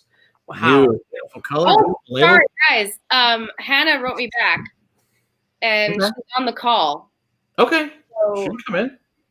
Yeah, I don't know which link she put on. She said she's in the call. I don't know. Can you? She's not in our back end right now. She's not in ours. Okay. Here. Hannah, listen, it's the second link on the email. It's not the first one. It's the second one down. It's the one the first one's the one. YouTube link. They will not get you in here. Yeah. You need the StreamYard link. All right, let's see what we think here. You're still talking about thumbs in there. Where they're going and what they're doing. Oh my. Jason's all over the place. With Is that the Costa Contra? Mark, it does say Royal Brackla on the 25th, and I will let them talk about that when we get to that point. That's the code. This smells beautiful. This does smell really good. This smells more like a wine influence than Yeah. the last one that we had. Not sherry, but Just red wine. red wine. And then the floral and the honey. The floral and the honey is a staple through all of what we've tasted through between the Aberfeldy and this line of Dewars. It's kind of a constant thread throughout them all. So that's a phenomenal nose, what you've picked up there. So the whiskeys that we've tried so far, they're what, aside from the 2 innovation, which for the 8-year-old, everything else we've had. So the white label through to the 25, it's what we call our core portfolio. So these are the whiskeys that will all be available. So the white label, the 12, the 15, the 18, and the 25. Now, in the same way that the 12 is called the ancestor, because it came after with an age statement of a blend that was Dewar's ancestor. The 25 is called the signature because historically, up until the end of 2017, our oldest Dewars that we had available, or our premium mark, was the Dewar signature. But it was a non-age statemented whiskey. So it was a blend of around about 25-year-old whiskey. And there we go, that bad boy there. Oh, So this thing Dewars made a is commitment, so pretty. as a house of Dewars. So is that the old 2017 version of what I have It here? was made. That is the old version, but it's non-age statemented. So the 25-year-old is the new release, reblended in 2017 by Stephanie, because the old signature was our old master blenders, Tom Aitkins. But as a company, Dewar's made a commitment to the age statement. Effectively, with the exception of white label, any other whiskey that they released across either the single malt distilleries or Dewar's as a blending house would have an age statement attached. Now, this very much flew in the face of what was happening at the time within the world of whiskey, where people were moving back and moving away from age statements, whether we like it or not. It's a very important part of what it is to be a Scotch whiskey. I mean, it's a representation, not necessarily of quality, but at least time in a barrel and a certain craftsmanship that goes into the whiskey and an understanding of how Scotch whiskey is made. So the signature was reblended, but with Stephanie's finesse, and there was a 25-year-old age statement attached. Now, outside of the age statement, and again, that's just letting us know that the youngest whiskey in the bottle is 25 years old, there was one other significant difference that defined the old signature with the new 25-year-old signature. And that was that the 25-year-old was finished in Royal Brackla casks for a period of up to 6 months prior to bottling. So it was the signature base, reblended by Stephanie, finished in Royal Brackla casks, bottled, and shipped out. And I think this is actually a perfect opportunity for Irene to talk a little bit about Royal Brackla and really what role that plays within the House of Dewar Whiskies. I would like to just say real quick. So this is a brand new 25-year-old age statement. This is an old bottle that Matt's had for forever. On the nose, they are maybe 2% different. And I'm trying to find things different in these whiskeys. And There's not a lot. I think I'm searching for 2%. Like, these are the same damn whiskey on the nose. It is incredibly similar. Which ones do you feel like are the same? Sorry, I missed hearing which ones you have. I think the old one has a little bit more butterscotch. We have a 25-year signature, and we have one that was just called the signature. Oh, yeah. So one that was blended by a different master blender, one that was blended by your new master blender. These are incredibly similar on the nose. I just want to say that out loud to the people at home. It just how crazy similar they are. Also, to try to make 25-year-old freaking whiskey and make it taste the signature on special goody for $99. If What you now? go there, the signature is on special for $99, which is usually $200. Just to let you know, if they still have any left. I know there was a special run on those. He's a hard. So, in case you're in a goody, it's somewhere you might want to pick one up because it's some goody tomorrow too. And it comes in an awesome bottle. Twin Liquors is also having a sale coming up pretty soon. If you guys get those emails, Twin is not in Dallas and Fort Worth area. I wish it was, but it's not. They have awesome sales from what I hear. Before I talk about Royal Brackla, Hannah did just get on. Trevor. Her name on there is Hannah. I don't know how to say her last name. Swiss good. There she is. There's no picture. There's no picture, but maybe we have her. No, I don't have any sound either. Yes, her mic is muted. I'm going to let you unmute your own mic because I don't want to assume that you want me to unmute your I mic. don't want to assume everything's going good on your end. There's a button. You can push it. Hey, y'all. There it is. Yes. I can hear you now. That's all I hear do. me? Yes. How you doing? Hey, Anna. We're with Gareth from Dewar's, now most recently with the single malts with me. And earlier we were talking about the Dewar's smooth or the Dewar's with the Ilegal finish, and they had some questions a little bit more about Mezcal, and I was like, I can answer this, but let me see if Hannah's around, and she can do a much better job of talking about that. So I don't know if you guys want to, Gareth, if you want to catch her up to speed before, and then we can kind of go from there. Yeah, Yeah, I absolutely. just didn't want Ask to away. butcher the production process that Ilegal goes through. I thought maybe we should get an expert to talk about the production process for Mezcal in general, and then Ilegal and why it was so special. And then we spoke about the finishing already. I just, like I said, didn't want to butcher your production process. Yeah, for sure. I saw in the chat a little bit earlier how there were some questions about what is Mezcal and is it just a smoky tequila? So yeah, I mean, I guess to start off, Mezcal is not just a smoky tequila. Tequila is actually a less smoky Mezcal. So Mezcal is an agave distillate. It can be produced in 9 different states of Mexico, the primary production happening in Oaxaca. And it can also be produced from dozens of varietals of agave, whereas tequila is only produced from the Blue Weber agave.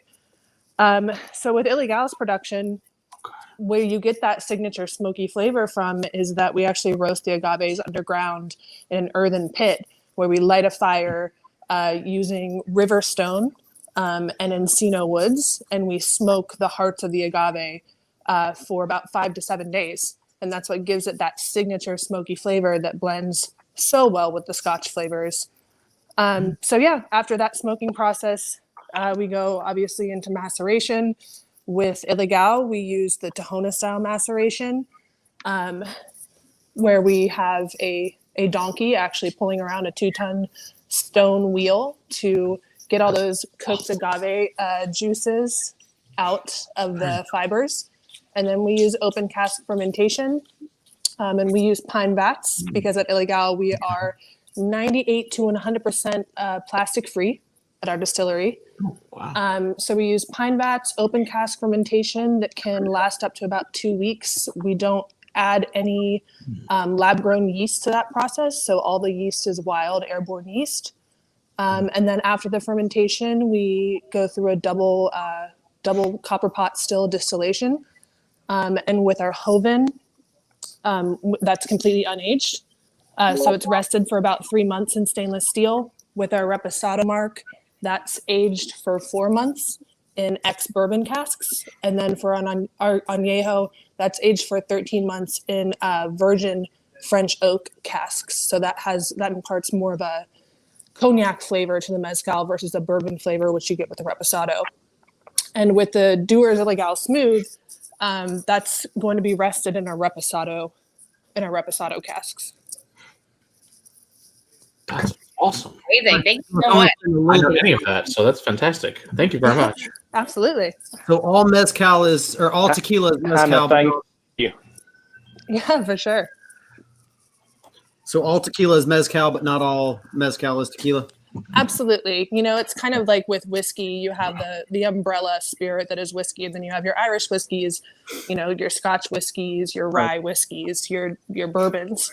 So mezcal is kind of this broad term of an agave distillate, and then tequila is a very specified and regulated subgroup of that. That's what my understanding of it was, but I'm happy that you were here to not, to specify or to, clarify that all for us. Yeah, absolutely. Thank you. I'm happy I got to hop on and join. Absolutely. Yeah, that was great. Sounds like we need to have a mezcal night at some point. Talk about mezcal. That sounds very entertaining. We would love to have you for a mezcal night if you'd be interested. Oh, for sure. I tried to just condense all that for you guys, but I Irene and I have worked together and we've done trainings, so she's seen me talk about it, and it can go on for quite a while. So Yeah. Sounds great. I'd I don't love know to do anything about something. it, or I think I have one bottle, but I'd love to learn more. We Yeah. can learn more. We have a question here for you, Hannah. So are all agave distillates mezcal? No, so mezcal is now regulated as well, just like tequila is. So there are some restrictions on it, even though it has a lot more variation than tequila does in terms of production and what agaves can be used. But there are plenty of other agave distillates out there, Bacanoras, Raicillas, to name a few, that are kind of like rogue mezcals. But yeah, so it's not all of them, but it's a lot more than what tequila will allow. Interesting. Excellent. Very, very cool. What should I pour next, good sir? So let's go back and visit the 15. Okay. And this is going to make sense now that we go back to the 15-year-old. Well, that 25 was ridiculously viscous, and Yeah, I still have some here. it absolutely tasted all of the 25 years that it. We also got a cover Royal Brackla too. We don't want to forget about that. That's why I'm trying to get through them all, Matt. In fact, gentlemen, I completely jumped the gun here. Before you pour the 15, we forgot to talk about Brackla, because Brackla is cask that 25 is finishing. And I know that you guys have got bottles of Brackla there. Yep, So, we got 12, 16, and 21. Let's get cracking with this stuff, because it is the... Right. Don't worry, I'm sorry. Greatest glass hole ever on a bottle, by far. That's a giant glass, the finger hole there. Well, look at that thing. I I'm mean, glad you brought that up. ridiculous. It is reminiscent of a wine bottle because of all the cherry influence. What are you pouring, Matt? Start with the 12. We'll pour the 16 and 21 as well while she talks. I don't know why they're in my storage unit. I just have the 12 right now, so I don't think my storage unit would appreciate all the alcohol that I keep there. But they don't know what hurt them. Yeah, exactly. That's a 16. The 12 is great. The 12 is like an amazing, like, very special whiskey at a great price point. So all of the Royal Bracklas are going to be finished in new fill sherry casks, Oloroso.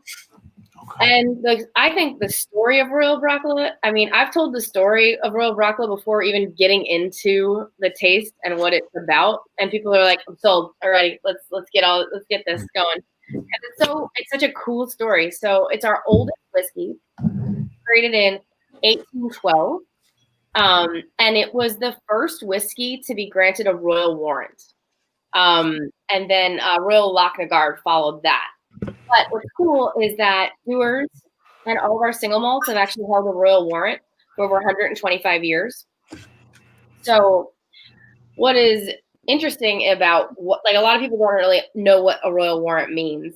And I have this fun little kind of joke that, you know, I like Oprah. She's awesome. And every year she puts out her holiday list of things that she loves. And that, you know, my list of like holiday gifts, right? So if Oprah likes it, then everybody wants to try it. So similarly to the king, right? Back in the day, if he granted a royal warrant, it meant that it was fit for his home and that he drank it and that he enjoyed it. And so he was, an influencer, to be a little more raw on the explanation there. So this was created by a man named Captain William Fraser, and he retired from the military. And back then, you were a captain in the military. You were essentially somewhat of royalty. He also married into a pretty famous family responsible for Macbeth. And he lived on this piece of land and they grew barley. So unlike a lot of other distilleries being near a water source, so that's a little bit unique. And at the time, there were a lot of illicit distilleries. And because he was so well known and, he was a man for the people, they like to say, of course, he needed to pay his taxes, right? This was back when the Excise Act hadn't come to fruition quite yet, but was starting to kind of ramp up. So we can go into the Excise Act later if you guys want to chat about that, but I don't want to take up too much time with that part. But it's basically, allowing, taxing distilleries, right? So, his neighbors weren't paying taxes, but he was. And he said, this is frustrating, right? So he went down to England, and they were excited to have the whiskey, and that's when he got that royal warrant. So this whiskey is a Highland. It's big, juicy, and fruity on its own. It has very tall stills. So that's going to lend itself to, I think, maybe like a little bit of a grassy quality, but then pick up and just snag all of that sherry from the finish. Mm-hmm. And this is that almond sherry. Gareth, do you want to add anything to that? I went from the 12. Brackla is finished in Oloroso sherry casks, right?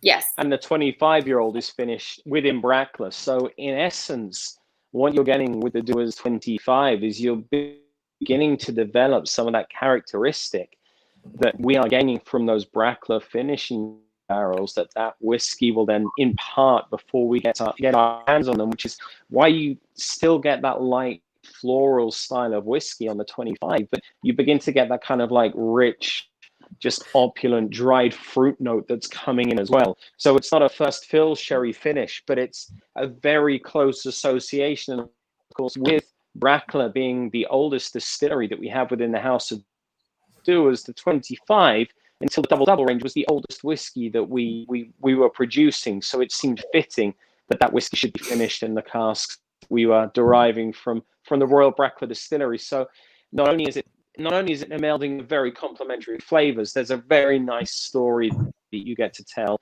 from the other combining of those barrels with that 25-year-old whiskey as well.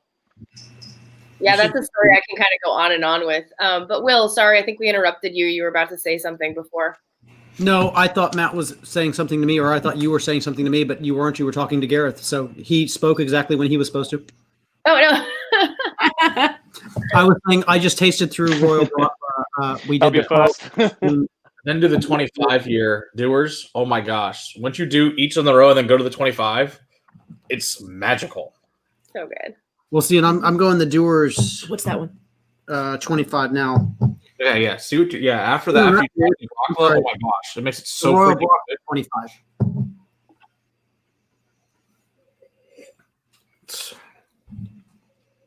Ooh. Uh-huh. How much does that change it going from that to that? How awesome does that make it? Yours? This is the Dewars 25. Hang on.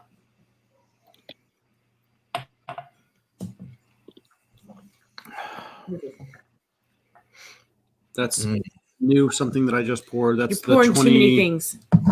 I know. Well, I thought we were moving on to I don't know these yet. I can't pick them out. It makes it really spectacular. I really like that. 15-year Dewar. That's what's poured in this class. The Watchman 99 is throwing fake shade. I saw your comment earlier about collaboration. I'll have to get back with you on that. He asked if we're doing any barrels. Not yet. Hopefully that is going to come. I did I see like it. the Dewars 25 better than the Royal Brackla 25. I'm going to say it out loud. Hell yeah. Yeah, That's it's why really we have all good. This is a good question about Royal Brackla. Do you know anything about this being reformulated? An interesting Palo Cortado finishing to the range. Is that correct? At 46 and non-chill filter? That sounds amazing. It's coming. So we can't really talk about it yet. When is it? Like sometime next year? Don't know yet what year it's coming out. COVID might have ruined a little bit of our Yeah, I plan. kind of figured. Yeah, it's one of those things. Yeah. Royal Brackla has more fruity tendencies. And that's the bottle. That 17-year Kokeliki. That thing is a bitch to find. I don't know why that one is so hard to find. Which one? The 17-year? I know. Yeah. It's impossible. I've seen it like one place ever. I don't know why. Just that one. I can't. It's really hard to We find. just got a bottle of the 13 in October because we celebrated 13 years. wedding anniversary. So Congratulations. I know, I saw that on Facebook, and I said you have to drink the 13-year Craig Elliott. And you were like, good idea. gotta find something with the year on it. Yep. That's been a tradition for a little while now. So. Yeah. We need 17 for I us. did an event with Craig Elliott. Well, I did like all my stuff, but I had on Friday the 13th, an art gallery down here had their first showing since all the COVID stuff started. And I made a Craig Elliott Jungle Bird cocktail with like a skull and crossbones, like with Fruit Loops on the garnish. It was super fun. It does sound fun. Yeah, I need a 17 because our anniversary actually is 17 this year. So next Tuesday. So Gonna get more married the longer we're married. All right. Start over again. Heard that. see, it's eventually you need like the 50-year version. Vows, we can start at one rate. That's right. All right, one. There you go. Start visiting Texas distilleries. I need some of that young stuff. Yeah. It's not going to work out. I do not want a Texas one that's 25 years old. No, thank you. The barrel will be empty. There will be nothing left. You can look the wood. That's about it. Yeah. All right. So now we're going to move on to the Dewar's 15. All right. That I poured. Sounds right. It's opened up. It's open. Yes. 15. There we go. 15. Here we go. All right. Get ready for that beautiful accent. 15 is very. I was going to say the 15 is very near and dear to all of our hearts because this was actually the first blend that Stephanie ever created for Dewars. Cool. So there's certain blends that were inherited from Tom, but this was the first chance she really got to take that Dewars house style and create something that she was able to stamp her name on from the beginning.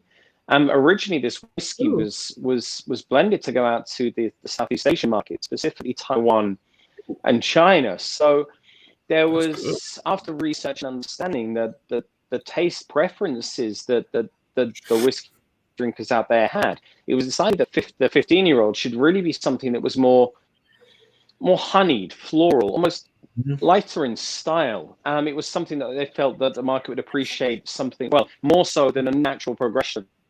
The 12, because most people, when they think about older whiskey, they always think that older whiskey has to be darker, it has to be heavier, it has to have more vanilla and oak and more tannin in as well. But being a blender, that doesn't necessarily hold true. So Stephanie was able to keep that central DNA of Dewar's whiskey, but create something that, quite honestly, isn't necessarily progressional when you consider it in between the 12 and the 18 you've already tried. So, I mean, it really is just this phenomenally approachable Scotch whiskey with an incredible 15-year-old age statement. But quite honestly, I mean, most people, when they drink this, they don't really understand how it tastes as good as it does at that 15-year-old age statement, especially when you have or consider the flavor profiles of the 12 and the 18 before and after it.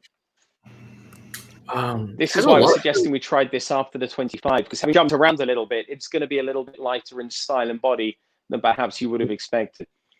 Yeah, and it's good. I agree with Dr. Pass. He says the 15 is perfect for people just getting into whiskey. It's also got a lot of grapefruit. That's really citrus and grapefruit for me. I really like that. That's totally different than anything else. That's really good. The citrus notes are very, very unique. It's the Scotch whiskey for people who don't realize that they should be drinking Scotch whiskey yet. I mean, this really is the gateway drug within the Dewar's portfolio of Scotch whiskey. So, I mean, if you're like a bourbon drinker, you like your American whiskeys, maybe not so much the rye, then the 12 is what I'd recommend you try if you came across me at a whiskey festival. But if you're someone who's like, I don't know whether I'd like Scotch or I've never really tried it before, then I'm going to be giving you the 15. Because that's a really good segue just to introduce you into the category in a very nice, gentle, but kind of warm embrace, huggy kind of way. Not even finding the little wisp of smoke that I find it's not there. In the white label and in the 12 and in the, I mean, I'm finding none of that. It's not there. The ashy layer, smoky. It's going to have to get added to the how to convert a bourbon drinker to a Scotch drinker, I think. This is just very, very awesome. For lack of a better term, this is the smoothest one we've had tonight. For lack of a better word. Yeah, it's very round and cohesive, and all works together as one solid unit across the palate. And there's no rough edges to this whatsoever. And I agree. If I was given this a long time ago, I probably would have jumped into more scotches. Scotch earlier in my journey. Unpeated scotches. Yeah. I had a dinner before the shutdown in Louisiana. It was for single malts, but we also had the Dewar's 15. And I'd love Gareth to talk about the painting that Tommy had and the kind of nickname of this scotch. The Monarch. So the 12 was the ancestor because the old blend was the ancestor. We've spoken about the signature and now it being the 25, the signature. Now the Monarch is a little bit different. The Monarch was named after a painting by a very famous painter, Edward Landseer. Very much considered a son of Scotland and one of the most prolific artists that came out. Now, he was commissioned by Queen Victoria. I think it was 3 pictures, although I'd have to double check.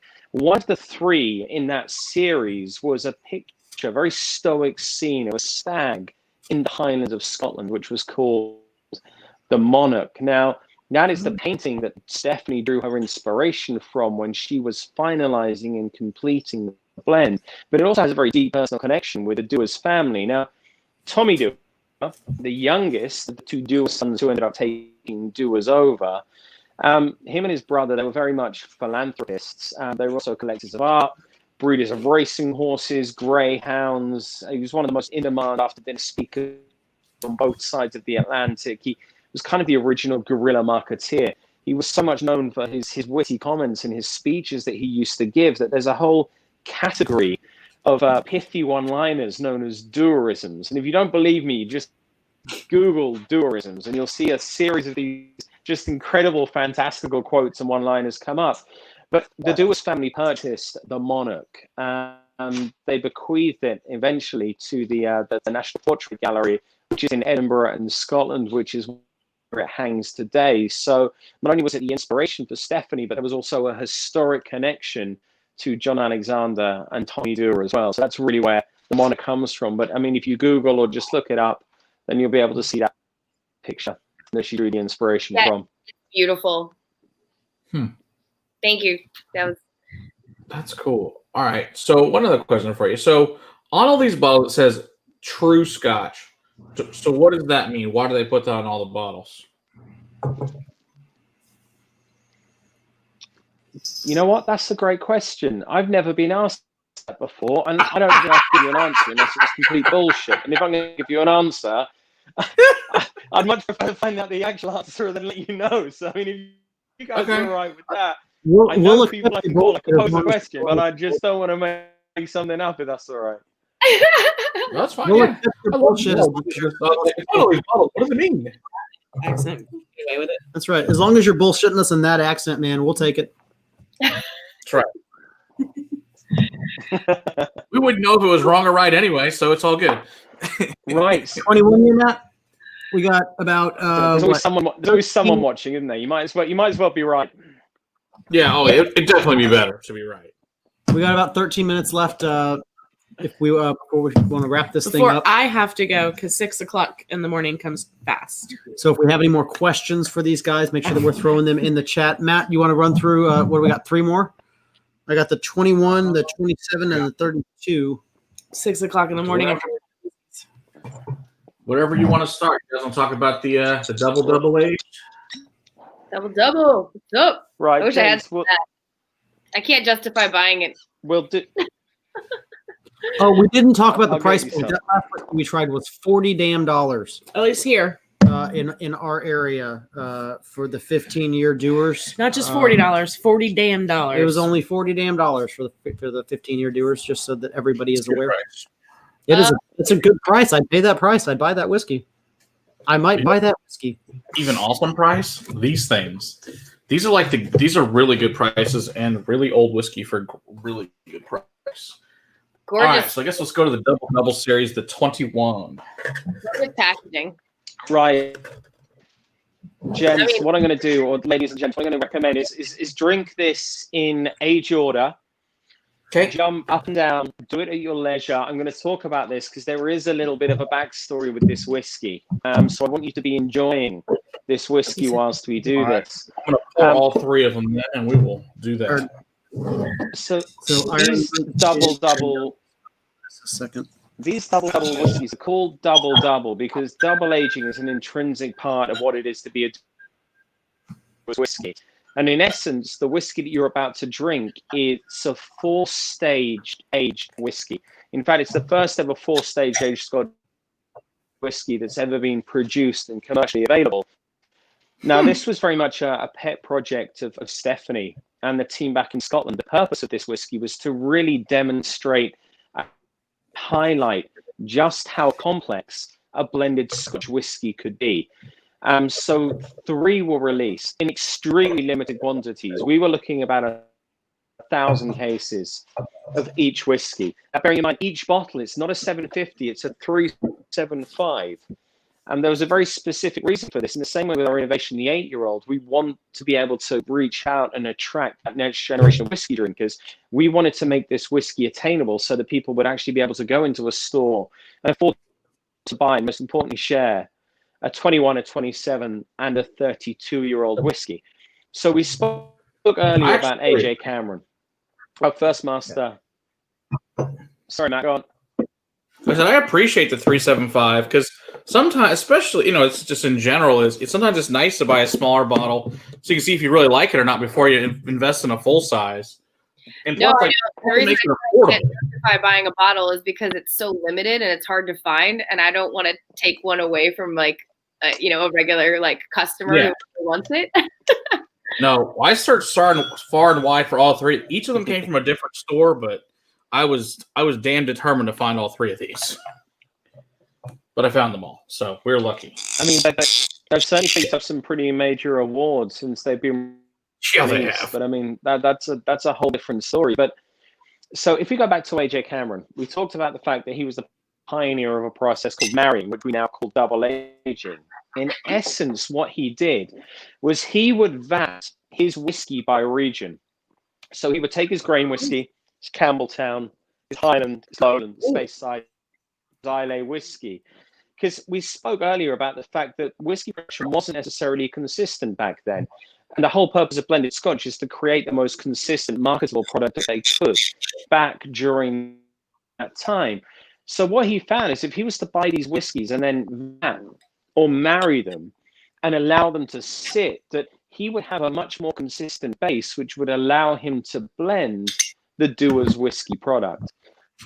So what Stephanie did was when she looked at these age statements and looking to blend and produce, she decided that she wanted to incorporate the historic process of double aging A.K. Cameron used and marry it with the process that we use today. So in essence, what this means is each and every one of those bottles, Stephanie will take the grain and the malt whiskies.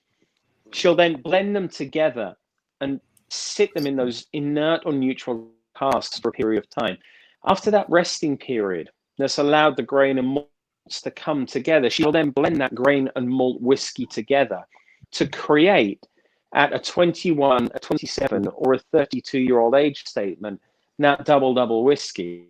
And once that whiskey has been blended, that will then again get returned to those inert or neutral casks to allow that grain and malt, once blended, having already been married, to come together to, in essence, create the smoothest version of the blended Scotch whiskey that she can. Now, once that has been done at each one of these age statements, each one of those bottles was finished with a very distinctive and unique sherry finish.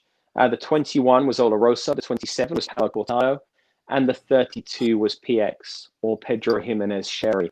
Now, each one of those bottles is meant to represent one of the key 3 elements of the house style of Dewar's. So, as with the rest of the Dewar's blend, you know that each one of those is a Dewar's whiskey. But within that double lineup, each one of them is going to have a series of different characteristics that will allow them to differentiate themselves from the whiskey that came before, regardless of those age statements. Hey, Gareth, does that make sense? Can you repeat the 27 year? I guess you broke up repeat all of them, Gareth. Let's go through the line of what the final finishing barrel is for the 3. So for the 21, it was Oloroso Sherry. The 27 was Paolo Cortado, and the 32 was Pedro Jimenez or PX. You broke up again on the 21. Is it Paolo Cortado? Huh? Paolo Cortado. Hollow Cortado. Okay. Okay. Paolo Cortado for the 27. And non-chill filtered. 32 was PX. What, Matt? Non-chill filtered, and these are 46%. So the regular Dewar's lineup is all 40% ABV. Yeah. Whereas the double, Stephanie felt the whiskey best represented itself as at a slightly higher ABV, so it's at 46. She's not or wrong about 92 proof rather than the 80 with the regular Dewar's lineup. Yeah, that 32. But it's some pretty stunning whiskey. Yeah, these are all 3 of these are pretty damn magical. Yeah. In reality, I didn't think the price was bad on any. Like I think the 21 was like 45. I think this one, the 27 was 93 and it was 140 for the 32. That's a really good price. Damn. I mean, even for a half bottle of whiskey, that's a stupid price for that age state. Really good price. Yeah. Yep. There. And I mean, again, the purpose of these was really just to demonstrate what can be done when you blend whiskey. You have the ability to blend whiskey and how complex that whiskey can then be. But then most importantly was really just to show the rest of the whiskey world, just how good and solid a blend that the Dewar's creates is. It's really a showpiece. I mean, it wasn't released to make money. I mean, it ended up winning many awards, or when I say us, I mean Stephanie and Dewar's, a series of awards, including USC, where the 27 took best in class for Scotch whiskey, and Chairman's Choice, which is just a long raft in the awards that not only that lineup, but the rest of the Dewar's lineup has taken. I mean, we are the most awarded Scotch whiskey the world has ever known. Over 1,200 medals now, I think, and that's been from the middle of the 1800s all the way through until the current day, including Stephanie 2 back-to-back awards as IWC, which is the International Whiskey Competition's Master Blender of the Year, and she's the first female who's ever been awarded that. We don't talk about Stephanie enough. It's something that we're trying to rectify. I mean, she's very much a quiet person who doesn't like being on the spotlight. We do try and coax her out every now and again. But I mean, she is the person who's not only responsible for the blending of all Dewar's whiskey, but she is responsible for the creation and blending of all of our single malt whiskey as well. She probably has one of the biggest jobs that exists within the Scotch whiskey industry. And, with the lucky people that get to say that we go to market in America and represent the whiskey that she creates, which, to be honest, I don't know about you, Irene, is one of the big reasons that I get out of bed and do this job every day, because, we get to represent the work that she does, which is a really good feeling. Absolutely. She is the most, she's beautiful and, just has this, elegance about her, and she's so laid back. She's not pretentious in any way. She's just so chill. She's willing to talk about anything, and there's no stupid question with her either. She's just oh yeah, just chill. And it's just amazing what she does. And she has 2 twin daughters, and I'm how does she do all of this and still be a great mom? Yeah. What? Well, she gets respect on our channel for sure. When we had Nancy Fraley on, I brought her up as one of my favorite blenders because of the fact that of what she has to do. I mean, just that kind of responsibility of having to not only make Dewar's White Label continue to taste like Dewar's White Label, but you're also your own person. You have to make a line and create a brand new brand all of your own as well, along with doing this stupid and impossible task of making Dewar's taste like Dewar's. It's pretty fucking amazing. It is really, really amazing. Yeah. And like Gareth said, I mean, there's great whiskey everywhere, but to be working for a team that just is so amazing and genuine and caring, it's kind of life-changing, I think, in a way. And Gareth and I have been good friends for a long time, and it's so fun to be, friends and coworkers and really just want to grow these brands and share the whiskey and have fun with it, right? I mean, that's what we're here for.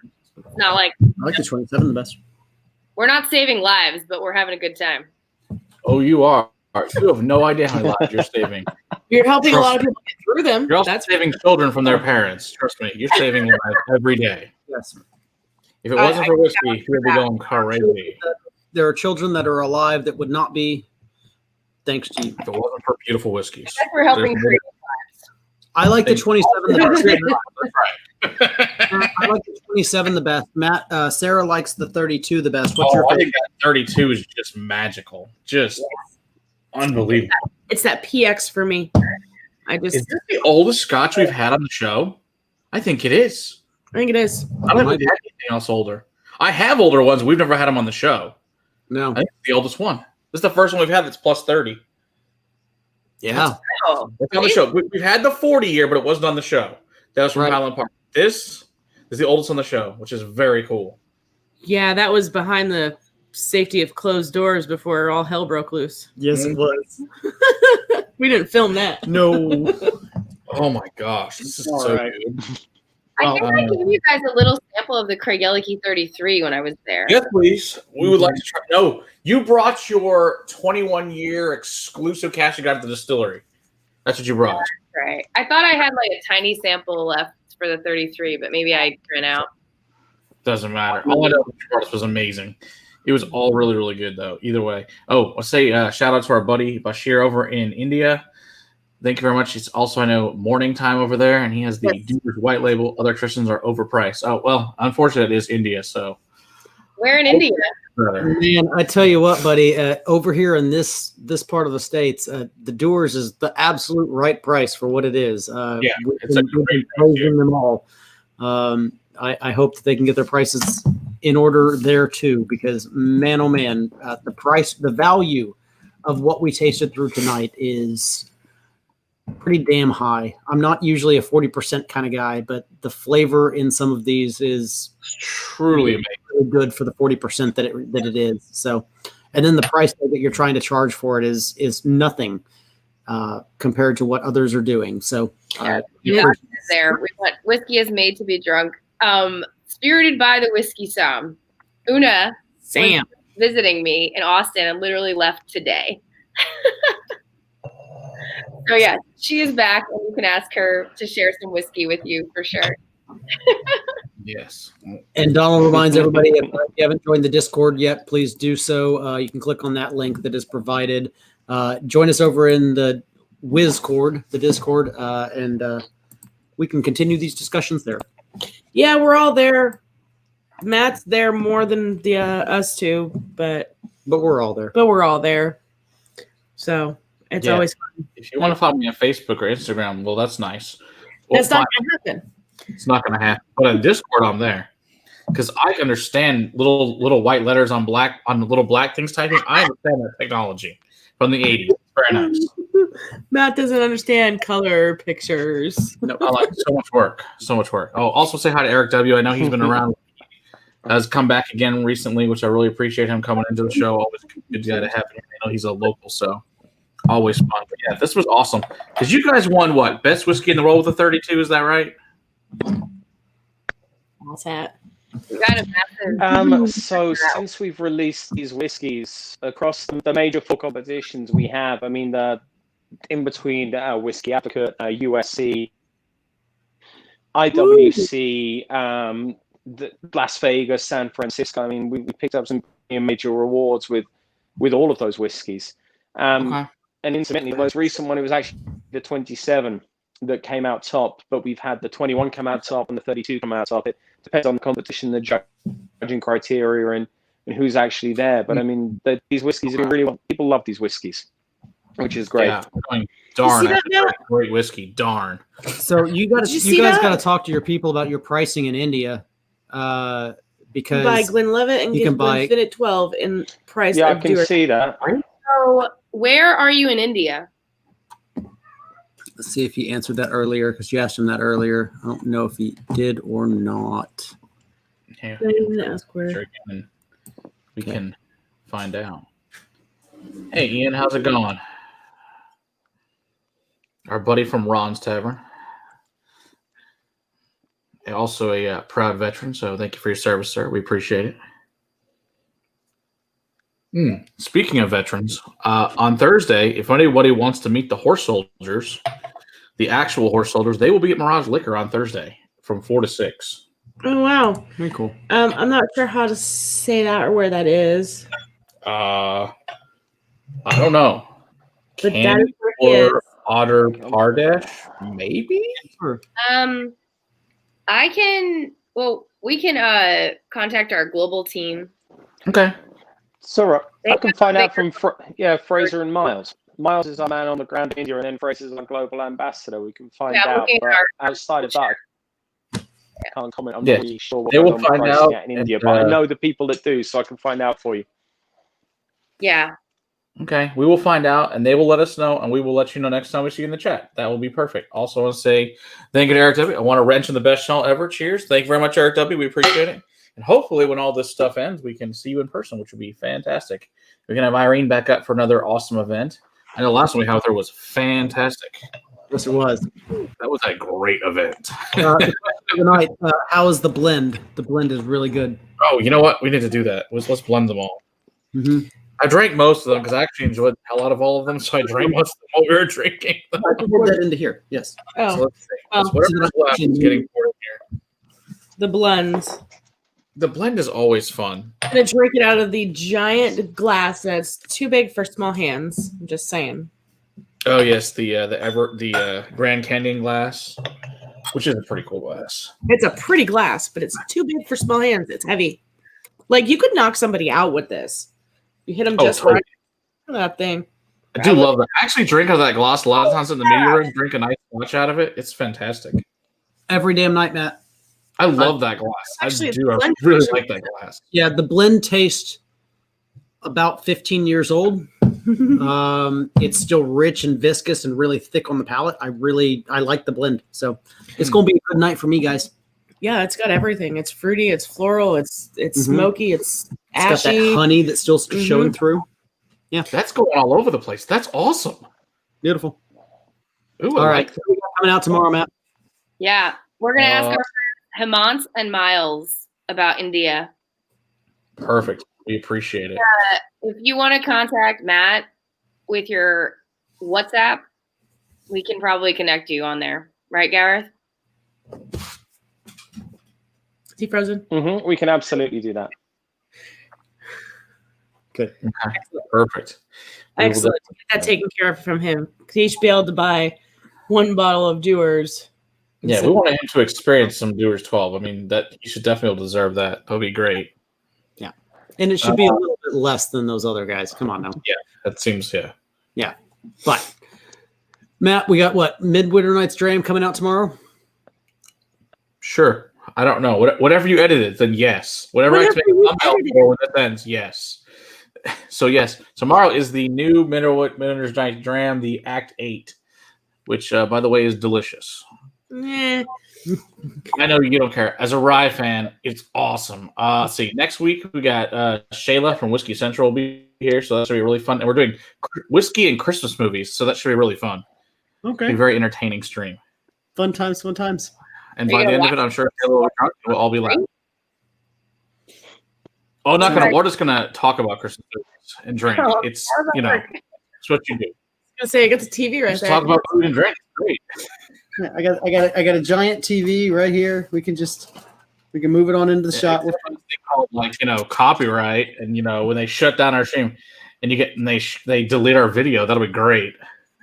You broke my castle. I you broke the ass. castle. All right, everybody. Have a good evening. Cheers to everybody. Cheers, all. And you guys stay there. We'll talk after Don't this. go anywhere, you two. Irene, you know the drill. Thank you very much. Thank you very much. Thank you.